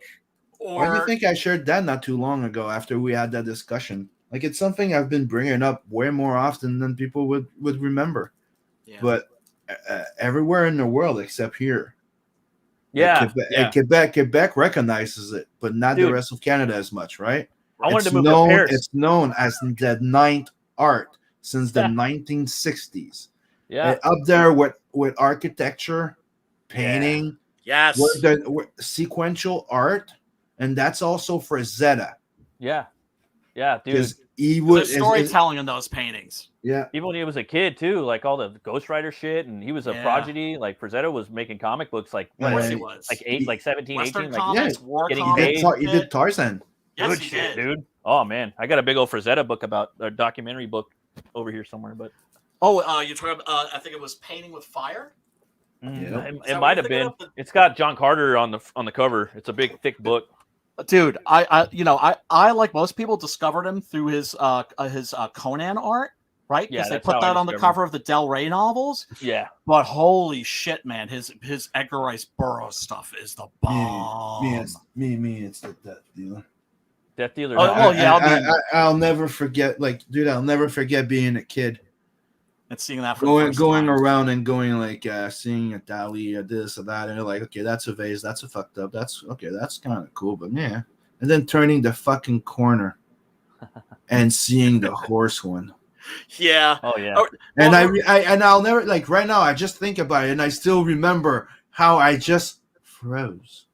Right. You know, like you see that as a walking kid. Yeah. and it's like, like, yeah, the light, the choir. yeah, like nothing Yeah. exists around that thing right now, and you Yeah. could be talking to me, and everything that was around me became into a. Yeah. Oh, shit. Yeah, no, I remember that too. For me, it was, I think it was Molly Hatchet was the band, used that as an album cover. With the And Thor looking that's dude. that's when I saw the Death Dealer for the first time. Of course, I was like, Oh Yeah. yeah. you know, it was like you already knew the heroic fantasy existed. You'd never seen anything like that. You'd never seen it look like that before. Mm-hmm. And It's as a funny, kid, there's something about the Death Dealer that's just badass in a way that a little kid will respond to. And that if you're an adult and you still have that little kid in you, you're still gonna go when you see it. Mm-hmm. Adam Lawson did this thing on his Twitter where he was just like, okay, yeah. Death Dealer 1, 2, or 3. Did he want? For me, 1 is the GOAT, right? I'm not saying it's not, but for me, it's 2 because that's an action sequence, right? Where he's picking Where up he's the like fucking. that. Oh yeah, he's doing that, right? Right. He's got the battle axe in both hands, and they're beasties. They're like these beast men that are like the reptilian men that are like coming at him, and I was just like, that's my favorite. You see me? That's the thing. It's what you just said is also one of the reasons why it's not one of my fave. Because there's a story there. Because there's an actual movement, there's an actual scene to make you feel something. Like he's actually coming at you. Like, not saying that I don't like it. Like, it's fucking amazing. No. It's just that's not a diss. The first one, the one with the horse, it's iconic. He's just there, right? It's iconic. And you could imagine being on the fucking hill. I can't draw seeing anything him like seeing that thing, and he's not moving. He's not nothing. Like, there's nothing indicating of nothing, but everything in him, on him, tells you, I will not fuck with that shit. Whenever that guy's been through shit. Like, he just murdered a whole bunch of people. Like, there's so much in that still image that you're like, holy crap. Then the other one is like, he directs you exactly into it. While that one, it's just there and make up your own mind. And you're like, and everybody that I've talked about that talked about it always says the same thing. Mm-hmm. The majestic, imposing figure. Right. It's always in my head. Of the horse, him there, and it's the fact iconic. that it's like I can't draw anything or create anything with somebody on a motorcycle or on a fucking horse or something without that image in my head. And I always try to redesign fucking covers and artwork and shit. I can't get it out of my head. It's fucked up. Yeah. No, I mean, I have to like rethink shit. You know, the other one, my second one favorite of his, and that would be above those fucking other Death Dealer. It's that Conan one. The one where he's holding the sword like that? Yeah. That's I fucking love that one. That's my I favorite love that one too. I call that the Tony Curtis one because it looks like Tony Curtis in the face. And the Carter one, John Carter from Mars. Where he's raising the sword. That's and like the third Dacia one. Thoris, I think, is clinging. Those are those would be the three iconic one that I strongly influenced me or hit me as a kid. Going, holy shit! Yeah. Once again, like that image of Conan with the sword, and it looks like it's like been plunged into the ground, and it's sort of the ground almost looks like flesh with the babes. With the babes and everything. His face is all like Cro-Magnon, Neanderthalic. He looks like fucking Tony Curtis. He's got that's the one Rodriguez bought, right? Yeah. He owns that? He owns it. And I'm like, dude, I hope one day I make enough money that DD1 is mine. Yeah, right. When you read a Conan story, you're thinking of Frazetta's fucking Conan. Yeah. Right? Has to be. And Howard said that always described Conan as having a broken nose. Yeah. Because he said, he wrote boxing stories, he knew boxers. And he was like, I never knew a boxer that didn't have a broken nose. Yeah. And I think we talked about this before. Like, that's one thing I respect about Jason Momoa. As much as I can't stand that fucking Conan movie that he's in, the fact that he went up to a stuntman was just like, break my nose. The guy was like, you sure about this? He was like, yeah, just fucking do it. And boom, the guy just broke his nose. He was cooler back then, dude. Way cooler. Yeah, it was showing a depth of commitment. Yeah. Right? Which I thought was undeniably badass.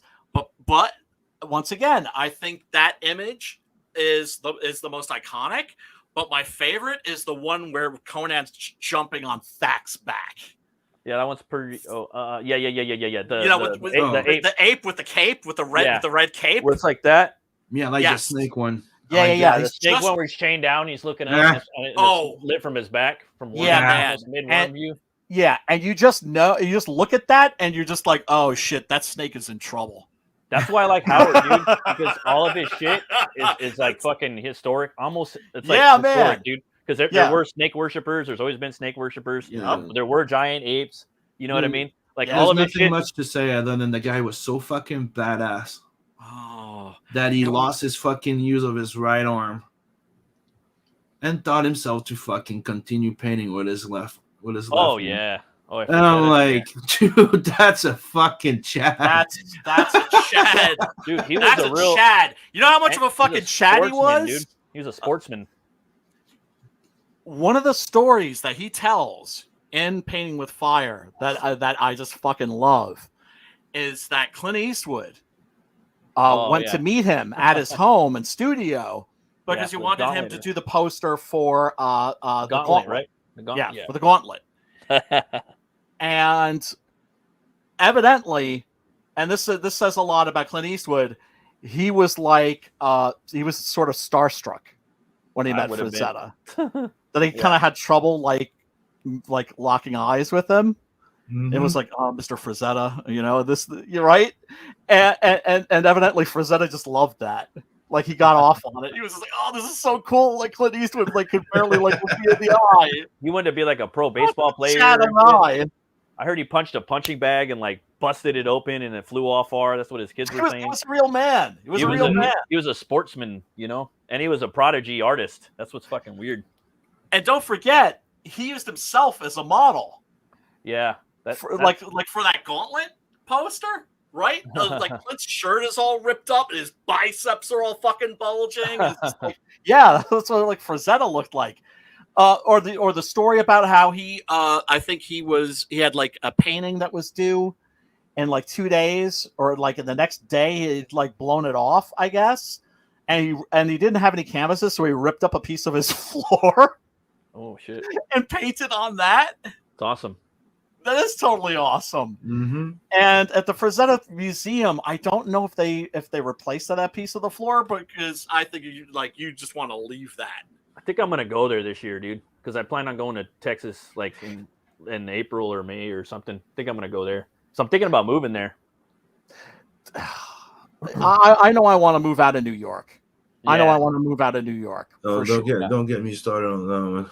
We all need to move to Texas, where Robert E. Howard was from. Yeah, we need to move. We need to like move into like a home and create like the Island Misfit Toys. I wonder what town he was. What town that's in Texas? I'm gonna look into that. Well, there's a lot of good towns. There's a Frazetta Gallery, which is in Pennsylvania, right? I thought that. That's not. I know that's like a day trip. I think. I know the museum for sure is in Texas, right? Because Rodriguez is a Texan, right? And isn't he Mexican and Texan? Yeah, but because I know his big studios in Mexico, and he has one in Texas too. I know. Yeah. Well, I mean, he was born like close to the border, I think, right? But he was born in Texas. Century family. His dad was a doctor, I think. Yeah. And of course, like people forget this, he became famous because in order to raise money to make El Mariachi, the movie that made him blow up, started his career. He subjected himself to like scientific experimentation. Yeah. Oh wow. Yeah, it's like Bane. Yeah.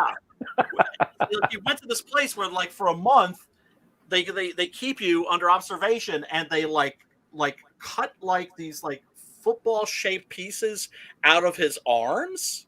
Man. Right? And I think, they were testing like some kind of like ointment or something, and to see like which would heal faster. Fuck. Right? So he still has those scars. Like, shit. It's like you look at people like him, and you're just like, damn, he made it happen. What's my excuse? No pain, no gain. Yeah, man. Dude, he's one of my biggest inspiration in life. Yeah. Like, you want to be something. The moment you decide that you're a producer, you're a writer, just get it done. Just put in the work. He says in that book, he's like, oh, you want to be a filmmaker? Grab a camera. Okay, you're a filmmaker. Mm-hmm. Doesn't mean that you're a good one. Right. Yeah. But you are. And you're gonna have to work, and you're gonna have to bust your ass, and you're gonna have to dedicate yourself to your craft. And it could take you years. It could take, in my case, shit. My writing didn't get to the point where I thought it was of professional quality until maybe 10 years ago. Most things take like 2 years with like 6 hours a day for you to like be pretty good at. I'm not saying a master, but it took at least 20 years. And usually, what the consensus is, you need to sign up for a 10-year thing at least, and you work your fucking ass off. Like it's 10 years to see growth. Otherwise, quit. Right. Reassess your shit or do something else if you have not grown. Yeah. In 10 years, and that's the thing. 10 years of that's your goal. Like that's the most important thing in your life is this. Yes. And it breaks my heart when I see people that want to do things. They want to make art. They want to become a musician. They want to be a filmmaker. They want to make comic books, whatever, right? And they're afraid to because they're afraid of sucking. Yep. And I'm just like, asshole. What do you think Jimi Hendrix sounded like the first time he plugged in a fucking electric guitar? Right. Whoever had to listen to like early Jimi Hendrix? Lemmy. Oh my God. Right. You have to be prepared. As I always tell people, get your shitty work out of the way. Yeah. Dive in, dive off the cliff, build your wings on the way down, and just whatever it is that you're doing, do it. The way I see it, it's weird. Like, I don't know if Brian remembers, but I said it back then, like 2019, when Bloodhunt got funded, and I was like, I think it was like $12,500. To me, on my side, it's almost $19,000. Right. So to me, it's a big hit. Yeah. And I remember going like, and it's also the 10 years. Right. I published my first self-independent comic in 2009. And 2019 marked the 10-year. Wow. That's awesome. And that's what I remember saying it to people. I was like, this is what I mean. It's like, business wise, it's like you never think you're gonna make money or you're gonna do things between 3 to 5 years. When you want to, when it's a skill, when it's a mastery of something you want to get, you have to give yourself 10 years of training. At least. Oh yeah. At Definitely. least. I mean, I saw growth, right?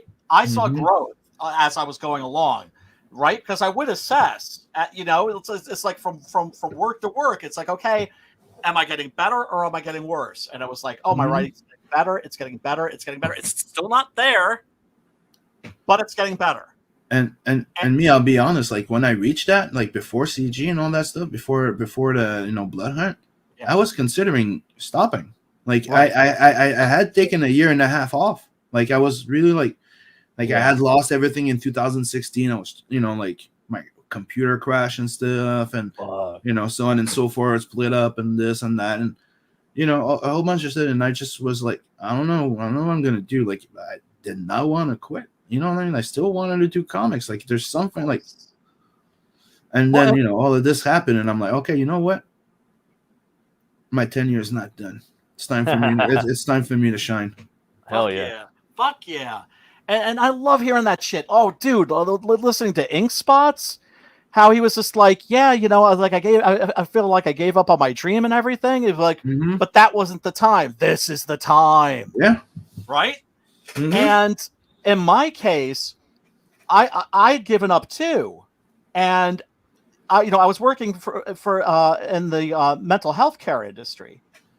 I became a certified peer support specialist, which is to say, I'm the guy that you put like in a hospital to prevent people from going into the hospital. Right? In other words, they would, hire people like me to say, because the state doesn't give a fuck about you as an individual, but they care about their budget, and they discovered that if they have people like me, it saves them money. Right? Just having somebody to talk to that isn't a mental health care professional, but also kind of knows what he's doing, right? And so, it started out with me going to the support group, and then joining the board, and then becoming the president, and then getting this training, and then working in the field. And then my mom got taken out, right? Alzheimer's and then a stroke. And I had to drop everything to take care of her full time. And then the lockdown happened. And then I discovered the scene. I had given up on fucking comic books, dude. That ship had sailed. I was like, that wasn't what I was meant to do. This is what I was meant to do. And I was cool with that. I was happy with that. I was like, you know what? Because what I was meant to do is like, holy shit, I was meant to help people. Awesome. Okay, cool. And, that's something I want to do for the rest of my life too. But holy shit, then this happens. And I meet all these fucking people that are awesome and like-minded and creative and that are part of this community. That's so beautiful. The fact that guys like you and Preston are like about nurturing new talent, right? Mhm. And and having that open door policy where like it's like you walk in through the door, if your book looks awesome, you're in. Yep. Right? But also, if your book doesn't look like it's completely up to stuff, we've also got your back because we remember what it was like to be at that point where our shit wasn't quite where it needed to be yet. And we all remember also having to deal with people that were difficult. Bitter. Yeah. Oh, bitter motherfuckers. Yeah. And they don't want to be at the con. They don't want to deal with people. They don't want to inspire nobody because they used to see everybody as competition. Like I remember meeting the Romitas.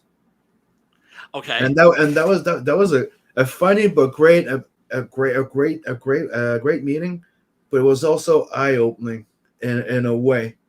What were they like? Because it was the last comment of John Romita Jr. Okay. Because the thing is, they were doing a big a competition, right? No, you would give a donation, okay, and they would critique your art, like they would do stuff. And I was in line, I paid, but they closed it down because they had to go do another thing. Okay. When it was my turn. Okay. Right. So the guy from the event is like, come to the, just follow us there and we'll get you done there. And that just happened that I didn't get that 5 seconds in that little closed area. I was in front of everyone, on the in front of the stage. I was nervous as fuck, right? Of course. Yeah. Because I'm meeting Romita Jr. and Senior. Wow. And throwing my stuff in there. I was more nervous than when I showed it to Neil Adams. Because you say whatever you want about Junior. You like his style or you don't. As a storyteller, oh my god, I like Junior. Awesome. I love Junior. And here's his the thing: storytelling, his sequential art is the shit. Like he's awesome at it. Yeah, I liked his All-Star Batman and his kick. When I showed him my stuff, he's like, he looks at me. He shows it, and he looks at his dad. Shows the thing. His dad looks at me. Looks at him. Then, when Junior looks back at me and goes, what do you want me to do with this? And then for 5 seconds, I'm like, am I dealing with one of those assholes now? Right. What does it, right? Like, what does that mean? And I'm like, but, I was told to come here because I was supposed to be there for the review and I come and show you that. I'm like, that's not what I mean. I'm like, this is awesome. The only thing I can tell you is don't steal my job. That's awesome. Yes. Yeah, that was also like I'm saying. Like, oh, that makes me so happy. It was a fun comment. It was also an eye opener because it made me realize why other people's are so fucking dicks. Yeah. Right. Yeah. He seems like a nice guy. And here's the thing that I always admired about Romita Jr. He's somebody that is a absolute spot-on, accurate critique of his own work. Yep. That's because look, man. When I put something out, when I write something, I don't know if it's any good or not. Right? Like with Six, I put it out there. I don't know if it's good. I think it is, but it's too close to me. It's on the end of my nose. I can't see it. Right? Mm-hmm. And Ramita's looks at his own work. He described himself perfectly. He was like, yeah, I don't have that much natural talent. Like, I don't have the natural talent that my father has, but I work hard. Yeah, I've heard him say that. I work hard, and I keep getting better. And I'm not quite where I want to be yet, but I do keep getting better. Yep. And you look at something like World War Hulk, right? Yeah, it looks tight. I got a poster of that in my garage. Dude, those characters, they stomp across the freaking page. Yeah. Yeah, and that Superman. Yeah, dude, that storytelling is awesome. Dude. The power in it, the dude. Yes, everything. I love it. Superman Year One. That's fucking awesome. He's like Kirby. It takes you a while to understand him, but when you get it, right, yeah, definitely. Like his X-Men run too. Yeah, his, like I discovered him on Cable. Remember the Cable one? Yeah. Oh, I was already out. That was one of his big ones when he did the Cable miniseries. I never read that. That's when he was remember that before he was just like a filler for a while. Right.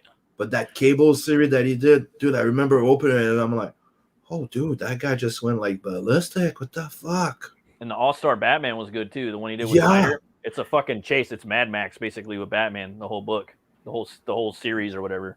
You've seen him. You've seen that guy leveling up. Did you see Daredevil: Men Without Fear? Yes. No. Fantastic.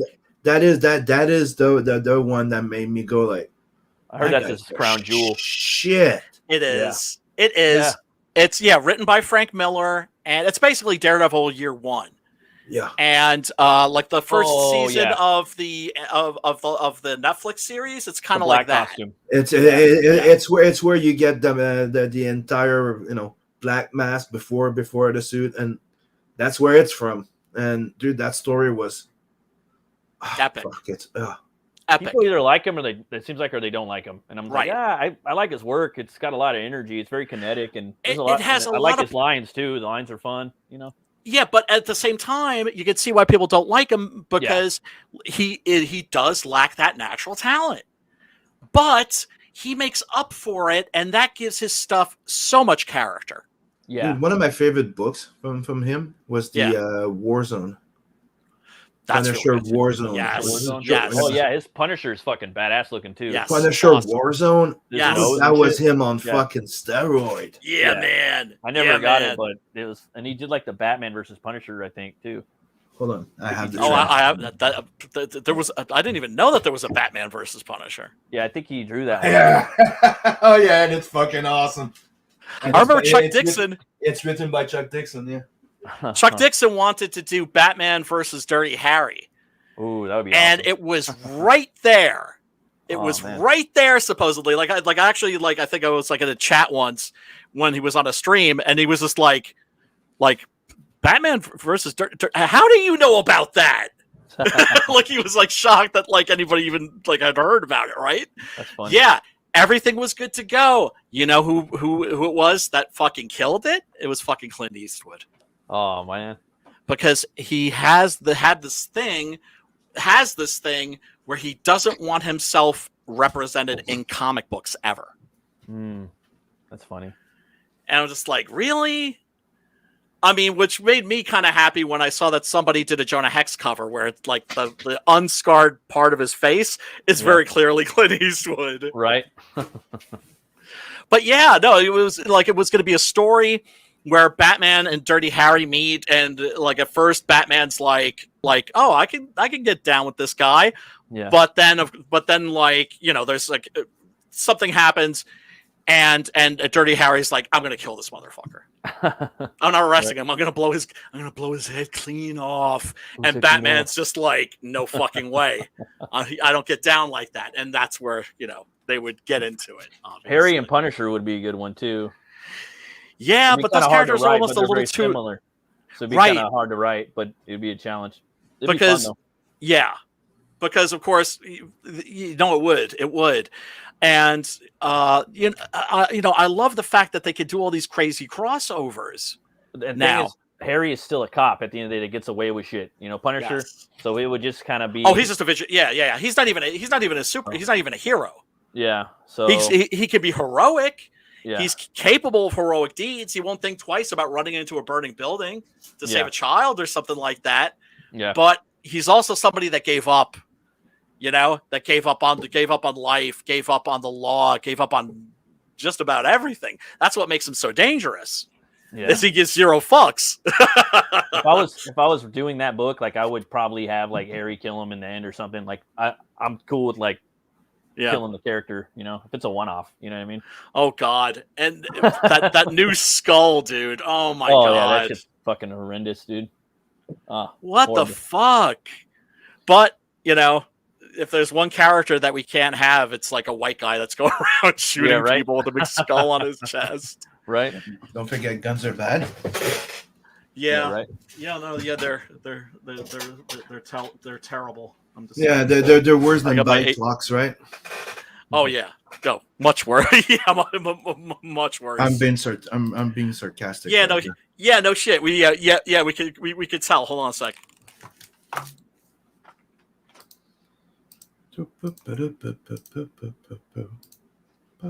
Yeah, I always liked Ramita's work, man.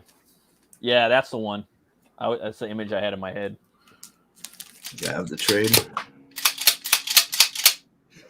Oh, tight. You got them both, huh? I have two versions of it. I have an old one. Like I like that skull, man. That's my favorite skull.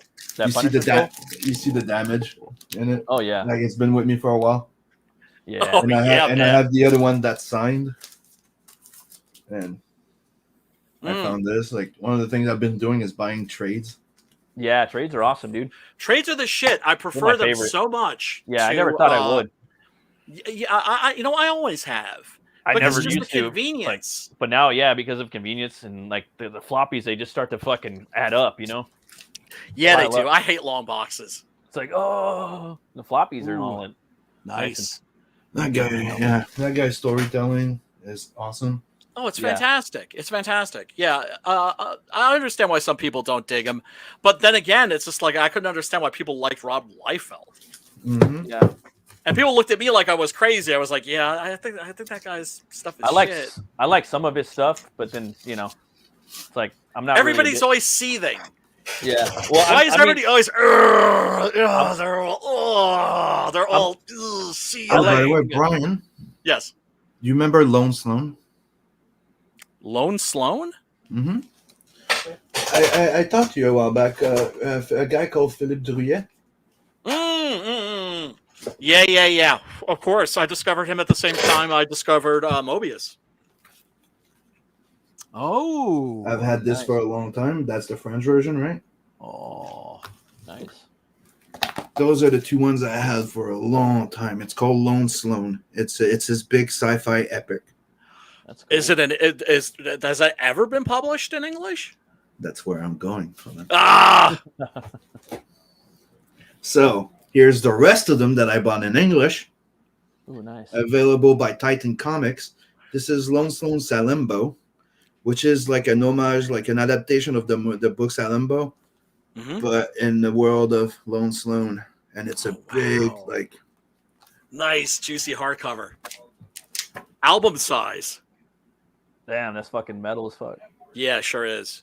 If you're not familiar with Drouillet, he's the guy you have to say thank you for Darth Vader and all the Empire. Yes.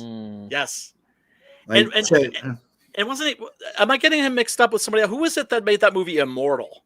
Oh, that's somebody else. That's Enki. Yeah, Bilal. That's Bilal. That's Enki Bilal. Yeah. Bilal. That's another one. That's another one of my tops. You talking about the one Mickey Rourke and Cavill? No, this was Immortal. That's Immortal. Sorry. No, it's a big sci-fi story, and it's a mix of CG and real people. Right? It's cool. But like the androids are like CG. It works. It works. It does. It's weird. It's good. It's really French. Like yes, it is. But the guy lived in fucking Chernobyl. Like, and Bilal came from a fucking post-nuclear fucking world.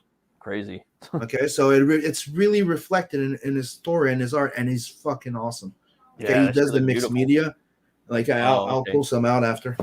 But hold on, that's what I was going to. Sloan Gale, all in English. You can all get them right now. Chaos. Oh, the money you spent on this shit, man. Why are you showing this shit to me? And now you got some new recruit to kind of finish it off or something. And it's called Lone Sloan Babel with a shiny little cover there, and I finally got it. Oh, right? Cool. But the fun thing here is I've never been. I thought it was weird that it comes with a jacket, like an European comic that comes with a book jacket. Interesting. Why would they fucking do that, right? Right. Yeah. Look what they did. Yeah. Because the book is still chrome underneath it. I see. Okay. No shit. So then you have the little thing here. You got a chrome jacket. Ooh, nice. Oh, it's a poster. Damn, that's pretty genius. I thought that was a brilliant idea. Dude. Yeah, that's a brilliant idea. Dude, folks, I'm telling you, fucking the French comics are the shit. I got an idea for my next book, but I don't think I could do it. I'm gonna have to ask everybody in CG if they can help me. find out how to do it. Well, dude, that's why we're here. Oh yeah. You know, and that's what I love about that's what I love about this community is it's like if you're like, oh, I don't know if I could do this, Yeah. and you know, I'm hopefully going to be able to like make the 6-gun figurines. Oh yeah. Cost effective, because if I can master that and make that cheap, there's no reason why we all can't have those for our campaigns. Hell yeah. Oh, This is the book from the movie Immortel that I was telling you. It's called Immortal. And if you remember Nicopol, that's the guy. Thomas Kretschmann, that's the actor. That's Nicopol is the guy that gets his, has to go and find the chick with the blue hair, and yeah. And the thing it all has to do. The premise is Horus, the Egyptian god. Yeah. Or is it Horus? Yeah, I think it is. Yeah. He's about to die. So the Egyptian god come here, and he goes on a mission where he needs to go find the hair with the woman with the blue hair to kind of like rape her and pregnant her to kind of like his survival or something in a way. Yeah. Yeah. And that's the premise of it, and it's all in a cybernetic, cyberpunk world. Crazy. Look at his art, like it's all mixed media. And he does everything from watercolors to pencils to every fucking thing. Beautiful. And he Beautiful. has a very I always like. There you go. Yeah. That's his style. Yeah. That's the style that he starts with a more, but then he goes full mixed media. There's airbrush, there's everything. And he draws every panel separate. He plans all this thing ahead. I'm amazed that movie got made. Oh yeah, and you know what's the worst? Yeah. The reason why it got made? Yeah. It's made by him. No, I know. That's what I'm saying. The guy that wrote, created, that? drew, and everything. Also finance. Produce the movie. So because that's how that happened. He made it happen. That's crazy. That's crazy. Yeah, no, I remember seeing that. Like it was on like late night cable, and I was like, "What the fuck is this?" Mm-hmm. and I recognized his art, and I was just like, "Oh!" And it's actually a really good movie. I really enjoyed it. Yeah. What's freaky is that the androids are CGI, which works great because it's like they're artificial people, so they look artificial. Yeah, that makes sense. Oh, Kitty! Shit. Oh, a little bit of Kitty! Hi. Hello! Hello! How you doing? How you doing? So, see, they're not, my girls are not a fiction of my imagination. And was she the one who like snatched the copy of 6-Gun out of your hands? Yep. Like, oh. Yeah, that's her. Oh, wonderful. Oh, that was so beautiful. You're the comic book artist, and you mixed like multimedia is awesome, dude. Yeah, isn't it? Yeah. Mm-hmm. Next level shit, man. Next level. Yeah, it is beautiful. I can't wait to see what Preston's going to do with that 9 Devils thing. He wants to do that. Really? Mixed media. Dude. Yeah. Oh. Goldorak. Oh, there we go. Yeah. And I got the confirmation from the creator. I asked him, and he confirmed to me that you guys are gonna get the English version soon. Oh, hell nice. Yeah!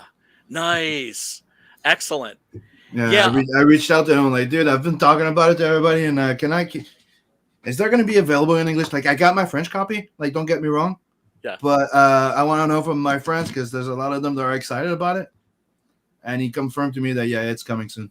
It's That's gonna be awesome. It's coming by Titan, I think. Oh, that's too much shit. I can't afford to buy all this crap. It's too much stuff. People buy more of my comics, so I can afford to buy more comics. But that's one of the things that I got inspired a bit from Blaze and Titan is that you have those giant size like European French comic size books, hardcover. Yeah. But they've been doing the regular size ones more now lately. Like I have that heavy metal here that's like that. So it's not the same size as a European. Yeah, but it's a little bigger, huh? But it's bigger than a regular comic a little bit. That's interesting. Yeah, that's cool. Yeah, and that's how the Conans come. Oh, the Sumerians, huh? Yeah, The Sumerians, yeah. That's how those they books come look in. really, they look really good. really cool. And you also have those size of hardcovers that I'm liking too. They're a bit smaller. Yeah. So I'm checking more into that because maybe we could circumvent a little bit on the shipping if we can reduce the size. Because one of the main problem was dimension. Because as soon as you pass the 10 by something, 10 by 15, I think it is. Yeah. You're already charged way more. Oh wow. Right. And the other thing that we've been dragging our feet on that we need to do, we need to start translating our books. Oh yeah. Talk for yourself. Yeah. Hey, I've got the first issue of Six Gun translated into Spanglish. Oh, that's cool. So that's something. Yeah, definitely. Me, I just didn't think it was worth it to do it. Mm-hmm. But I used to do my books in French too. Yeah, I would do French and probably Japanese and Spanish. Can we find publishers over there? Because we can't find publishers over here. But can we find publishers in France and Japan? Yeah, that would be. Do you really need publisher at this point if you're doing your entire fucking thing? What I'm thinking of doing right now, and I've talked about it a long time ago, and I've been promoting this, is people should start thinking about one thing. Let's be smart about the freaking digital. Like it or not, you can use it to promote, or you can use it to offer a different language version of the book with your physical copy. People can back the book, have the English version, and have a French, Spanish, or whatever digital. That's true. You know what I got to do?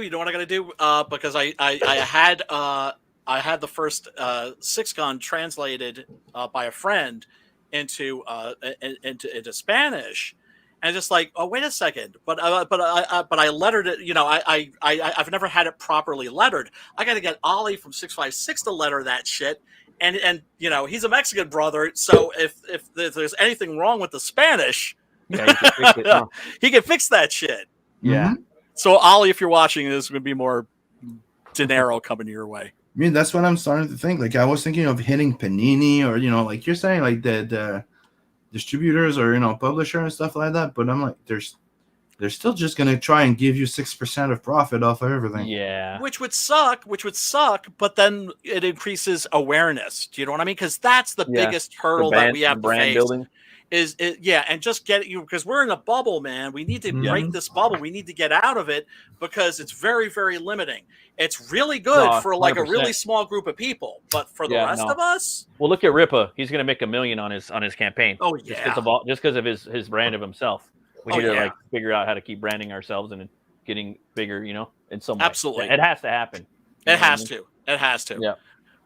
Well, hopefully this Doomcock thing will work out. I did hear from Meskin Iron Man. Meskin Iron Man is just like, yeah, dude, like February, like for sure. So, what did you want to watch next week? Oh yes, because we should bring this to a close because I'm thirsty and hungry.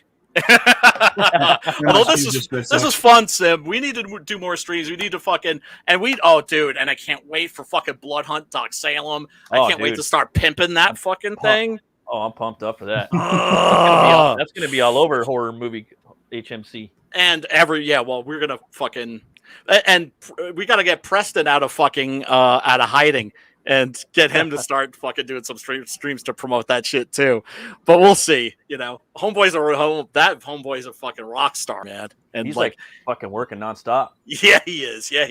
That's why it's like I don't hear from him for a while. I don't take that shit personally. You know what I mean? For sure. Homeboy's hustling. Yeah. But yeah, what should we watch next week? Should we watch New York Ripper just to make everybody sick? Right. Share my screen for 1 second. Wait, hold on a sec. All right. Hold on. I want to show you something. Yeah. Yeah, we go. Ooh, sick. I like that. Bitches. Who did the colors? I did. That's my digital painting. Oh, damn. That's no sick. Shit. I was gonna guess ink spots. That's clean. No, that's me. That's clean. Nice. And here's page number 1, fully colored. Yeah. Also by me. That? Damn, dude. That looks really clean. Very nice Here's color. page number 1. Very good. Here's page number 2. Beautiful. Yeah, I'm loving this. I really enjoyed this Tales from the Nightverse. Yeah, me too. Like I said, heavy metal isn't heavy metal anymore. This is heavy metal. Right? Do I have page 3 here? It's like it's like Heavy Metal went soy, and Sim's like, "Don't worry, I got you back. It's all heavy. I got you, bitches covered." It's all heavy lactate. Yeah, man.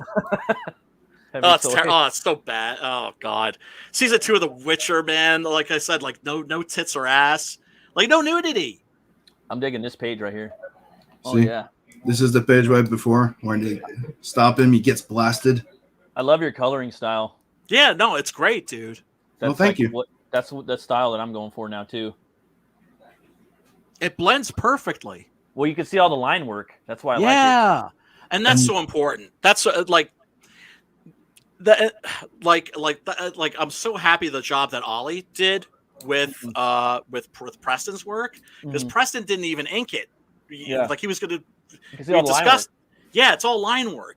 It's like, I mean, if you're not going to put the lines in, if you're going to go light on the lines and let them color the fuck out of it, you know what I mean? But if you're going to put some lines up in there, I like to see the lines a lot too. I like that both, but that's what I like about this one right here specifically. But I'm trying to have everything I like in the type of coloring. You know, I like the painted style, but also like the it's like saying I'm looking at all the 3 colors in my book. And I'm liking everything. Mm-hmm. Yeah. Well, you can see the effects too, like when the action, you know what I mean? Mm-hmm. Like you can see the line work, and you can see the fucking explosions and the action and all that shit. That's what's cool about what you've showed us that I like about it. You can see the smoke coming out of the gun, the effects of that. Yeah. You know what I mean? The lights coming out of the gun, you know, the fucking explosion in front of him, the smoke from a cigarette, you know? Yeah. No, the attention to detail is completely fucking badass. Yeah. But then you can see the line work too, you know? And this is me flatting. Yeah, no, it's awesome, dude. I like where you're going. And this is the color. Yeah. This is the palette of colors just for that. For the book, huh? For that. Just for that. Oh, that's wow. not. Fuck. Because I for the shading and the different. Yeah. That's fucking fantastic, man. I can't wait to see like what the crossover is going to look like, because it's going to be Preston working over your stuff. So it's going to it's not going to look like anything interesting that we've seen before. You know, it's gonna look tight, dude. It's gonna look bad. Yeah, well, because I mean, that's kind of like visualize it a little bit, but it's still hard. Like a few months ago, I'm like, oh, I'm gonna start laying out the first pages, and I'm like, hold on, there's 2 issues of this shit. What you guys do 2 issues? Yeah, there's like 2 issues. There's 2 issues worth. So that's what I was telling Brian. That's why I took a step. No, that's why I took a step back. I'm like, I was starting to lay it out, and I'm like, I think I'll pick a few pages for testers soon. I'm gonna start going at it.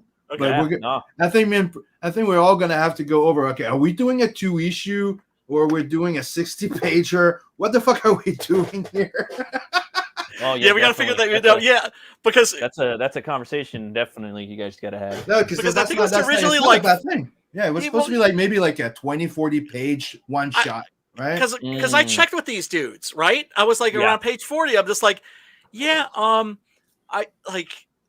I think this is gonna have to be bigger, because I'm already at page 40 and they just started like kicking the shit out of each other. Mm-hmm. Yeah, and I knew I wanted to have to make that like, I don't know, like the fight from like They Live. You know what I mean? Yeah. I wanted that to be the centerpiece. I wanted that to because that's what you want to see. Is you want to see the fucking the monster hunter and the vampire assassin kick the shit out of each other. Oh yeah, and one of the things is we all agree on the same thing. That's when I know it's gonna be nice, because we all believe the same thing. Because me and Preston, we answered the same fucking thing. Yep. Just keep going. Yeah. Like the thing, it's better to have too much. Then go back and edit stuff out. If we can, if we decide to make it a 40 page, we could. If we wanted to keep it at an 80 page, we could. We could make it a 60 perfectly timed or paced or whatever. We could do anything with it. But the thing is, he needs to be not restricted to have fun, put everything he wants to put in it, so we can go over it and go, oh, but that would be cool. That would be cool. That would be cool. So then we get the entire premise of like a mix of all that we think would be cool to see in there. Then we go, that's a 3 book. Okay, now let's start cutting shit out. Yeah.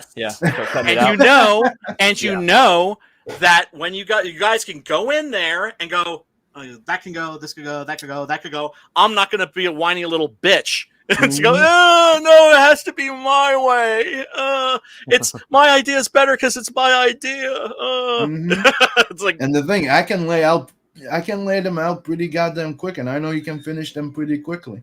Yeah, you're both fucking grind. Oh my god, you're fucking beasts. grinders. Both of you motherfuckers are beasts. Mm-hmm. So, we should end the stream because I need to eat and rehydrate. Sim, this was fucking cool. We need to do this more often. I'll try. When I'm feeling fine and I'm around and I'm like, okay, I'll jump in. Excellent. That's the spirit is people show up when they fucking feel like it. Matt, thank you so much for watching Savage Land, for giving your input. Everybody, if you're still with us, click on the link down below. There's also links to a 6 Gun Gorilla and to Butch Cleaver too. So check those out.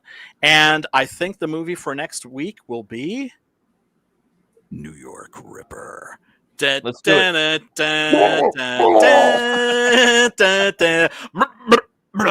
Yeah, it's vile. I remember those years when there was like a new horror movie that came out on anywhere. Like there was like 5 every day. Hey, I got my big screen TV, so it's like, I'm there, bro. You're gonna have to be. Yeah, but all I'm saying is brace yourself for that one because it's vile. Did you guys do Return of the Living Dead yet? Nah. No, I don't think that's on. I don't think that's on a non-pay site because I have it on Blu-ray, but it goes against our code of conduct. Right. Because, well, yeah, because you know what? Hold on, let me. No, we can't do it. We can't do it, or you can't do it, Brian. No, I'm checking to see. It has to be free. No, I know. I'm just seeing if it's on any free services. Oh, Return of the Living Dead Necropolis is on there. Oh. Great. Necropolis? One of the wickedy whack. I remember seeing that at the video store before the video stores went out. Is that supposed to be a sequel? Probably yeah, the 4th one. They did like 2 back-to-back sort of sequels because, of course, Return of the Living Dead Part 2 is an absolute piece of shit, one of the worst movies ever made, and 3 is like surprisingly really good. There's a lot of movies too. Like I've never seen it. It's great. It's great. All I know is the first one. Isn't the third one by Brian Yuzna? It's by Brian Yuzna. So which one was by Savini? Oh, you're thinking of the 1990 remake of Night of the Living Dead. That's my favorite. No, I ain't my favorite. Okay, Return of the Living Dead. It's one of my favorite because a lot of people don't even know why. It's my favorite. It's punk rock. A lot of people don't even know who wrote it or who's Dan O'Bannon. It's Dan O'Bannon. Yeah, and that guy was an amazing writer. It's a sequel. And if people don't know about it, well, I was gonna say that guy's like the creator of Aliens. Mm-hmm. Oh, I didn't know that. And he a lot of people worked with Jodorowsky. Yes, he did. Oh, that's tight. And he was working on the movie. Yeah. Work on him. Check out movie. Like his Dan O'Bannon's IMDb. It's significant. Yes. Actually, he had Crohn's disease, and I think unfortunately passed away from it some years ago. We lost him way too soon. The thing that a lot of people either don't remember or don't know is that Return of the Living Dead and Day of the Dead came out pretty much around the same time. And so a lot of us went into like Return of the Living Dead, like, I don't know about this, right? Because this isn't Romero. And then there's that moment where James Darren leans forward and says, have you ever seen that movie, Night of the Living Dead? And it was like, okay, now you can do whatever the fuck you want. Yeah. Right? In other words, it was just like, this is not a Romero movie. It's not pretending to be a Romero movie. We respect you too much, right? Send more Squad. They had a Tarman shirt that was like a mock-up of like a Thor shirt, like there's this horror like t-shirt site where and it's like Tarman Cotton, I think and I was like, damn, I almost bought it, but they Fright Rags. That's where I get my shit, but they always sell out of shit. Yeah, they do. You gotta grab that shit fast. It's cheap, like $30. Yeah, man. I know. There's too much cool shit out there. Mm-hmm. All right, everybody. We will talk to you next week. Peace and love.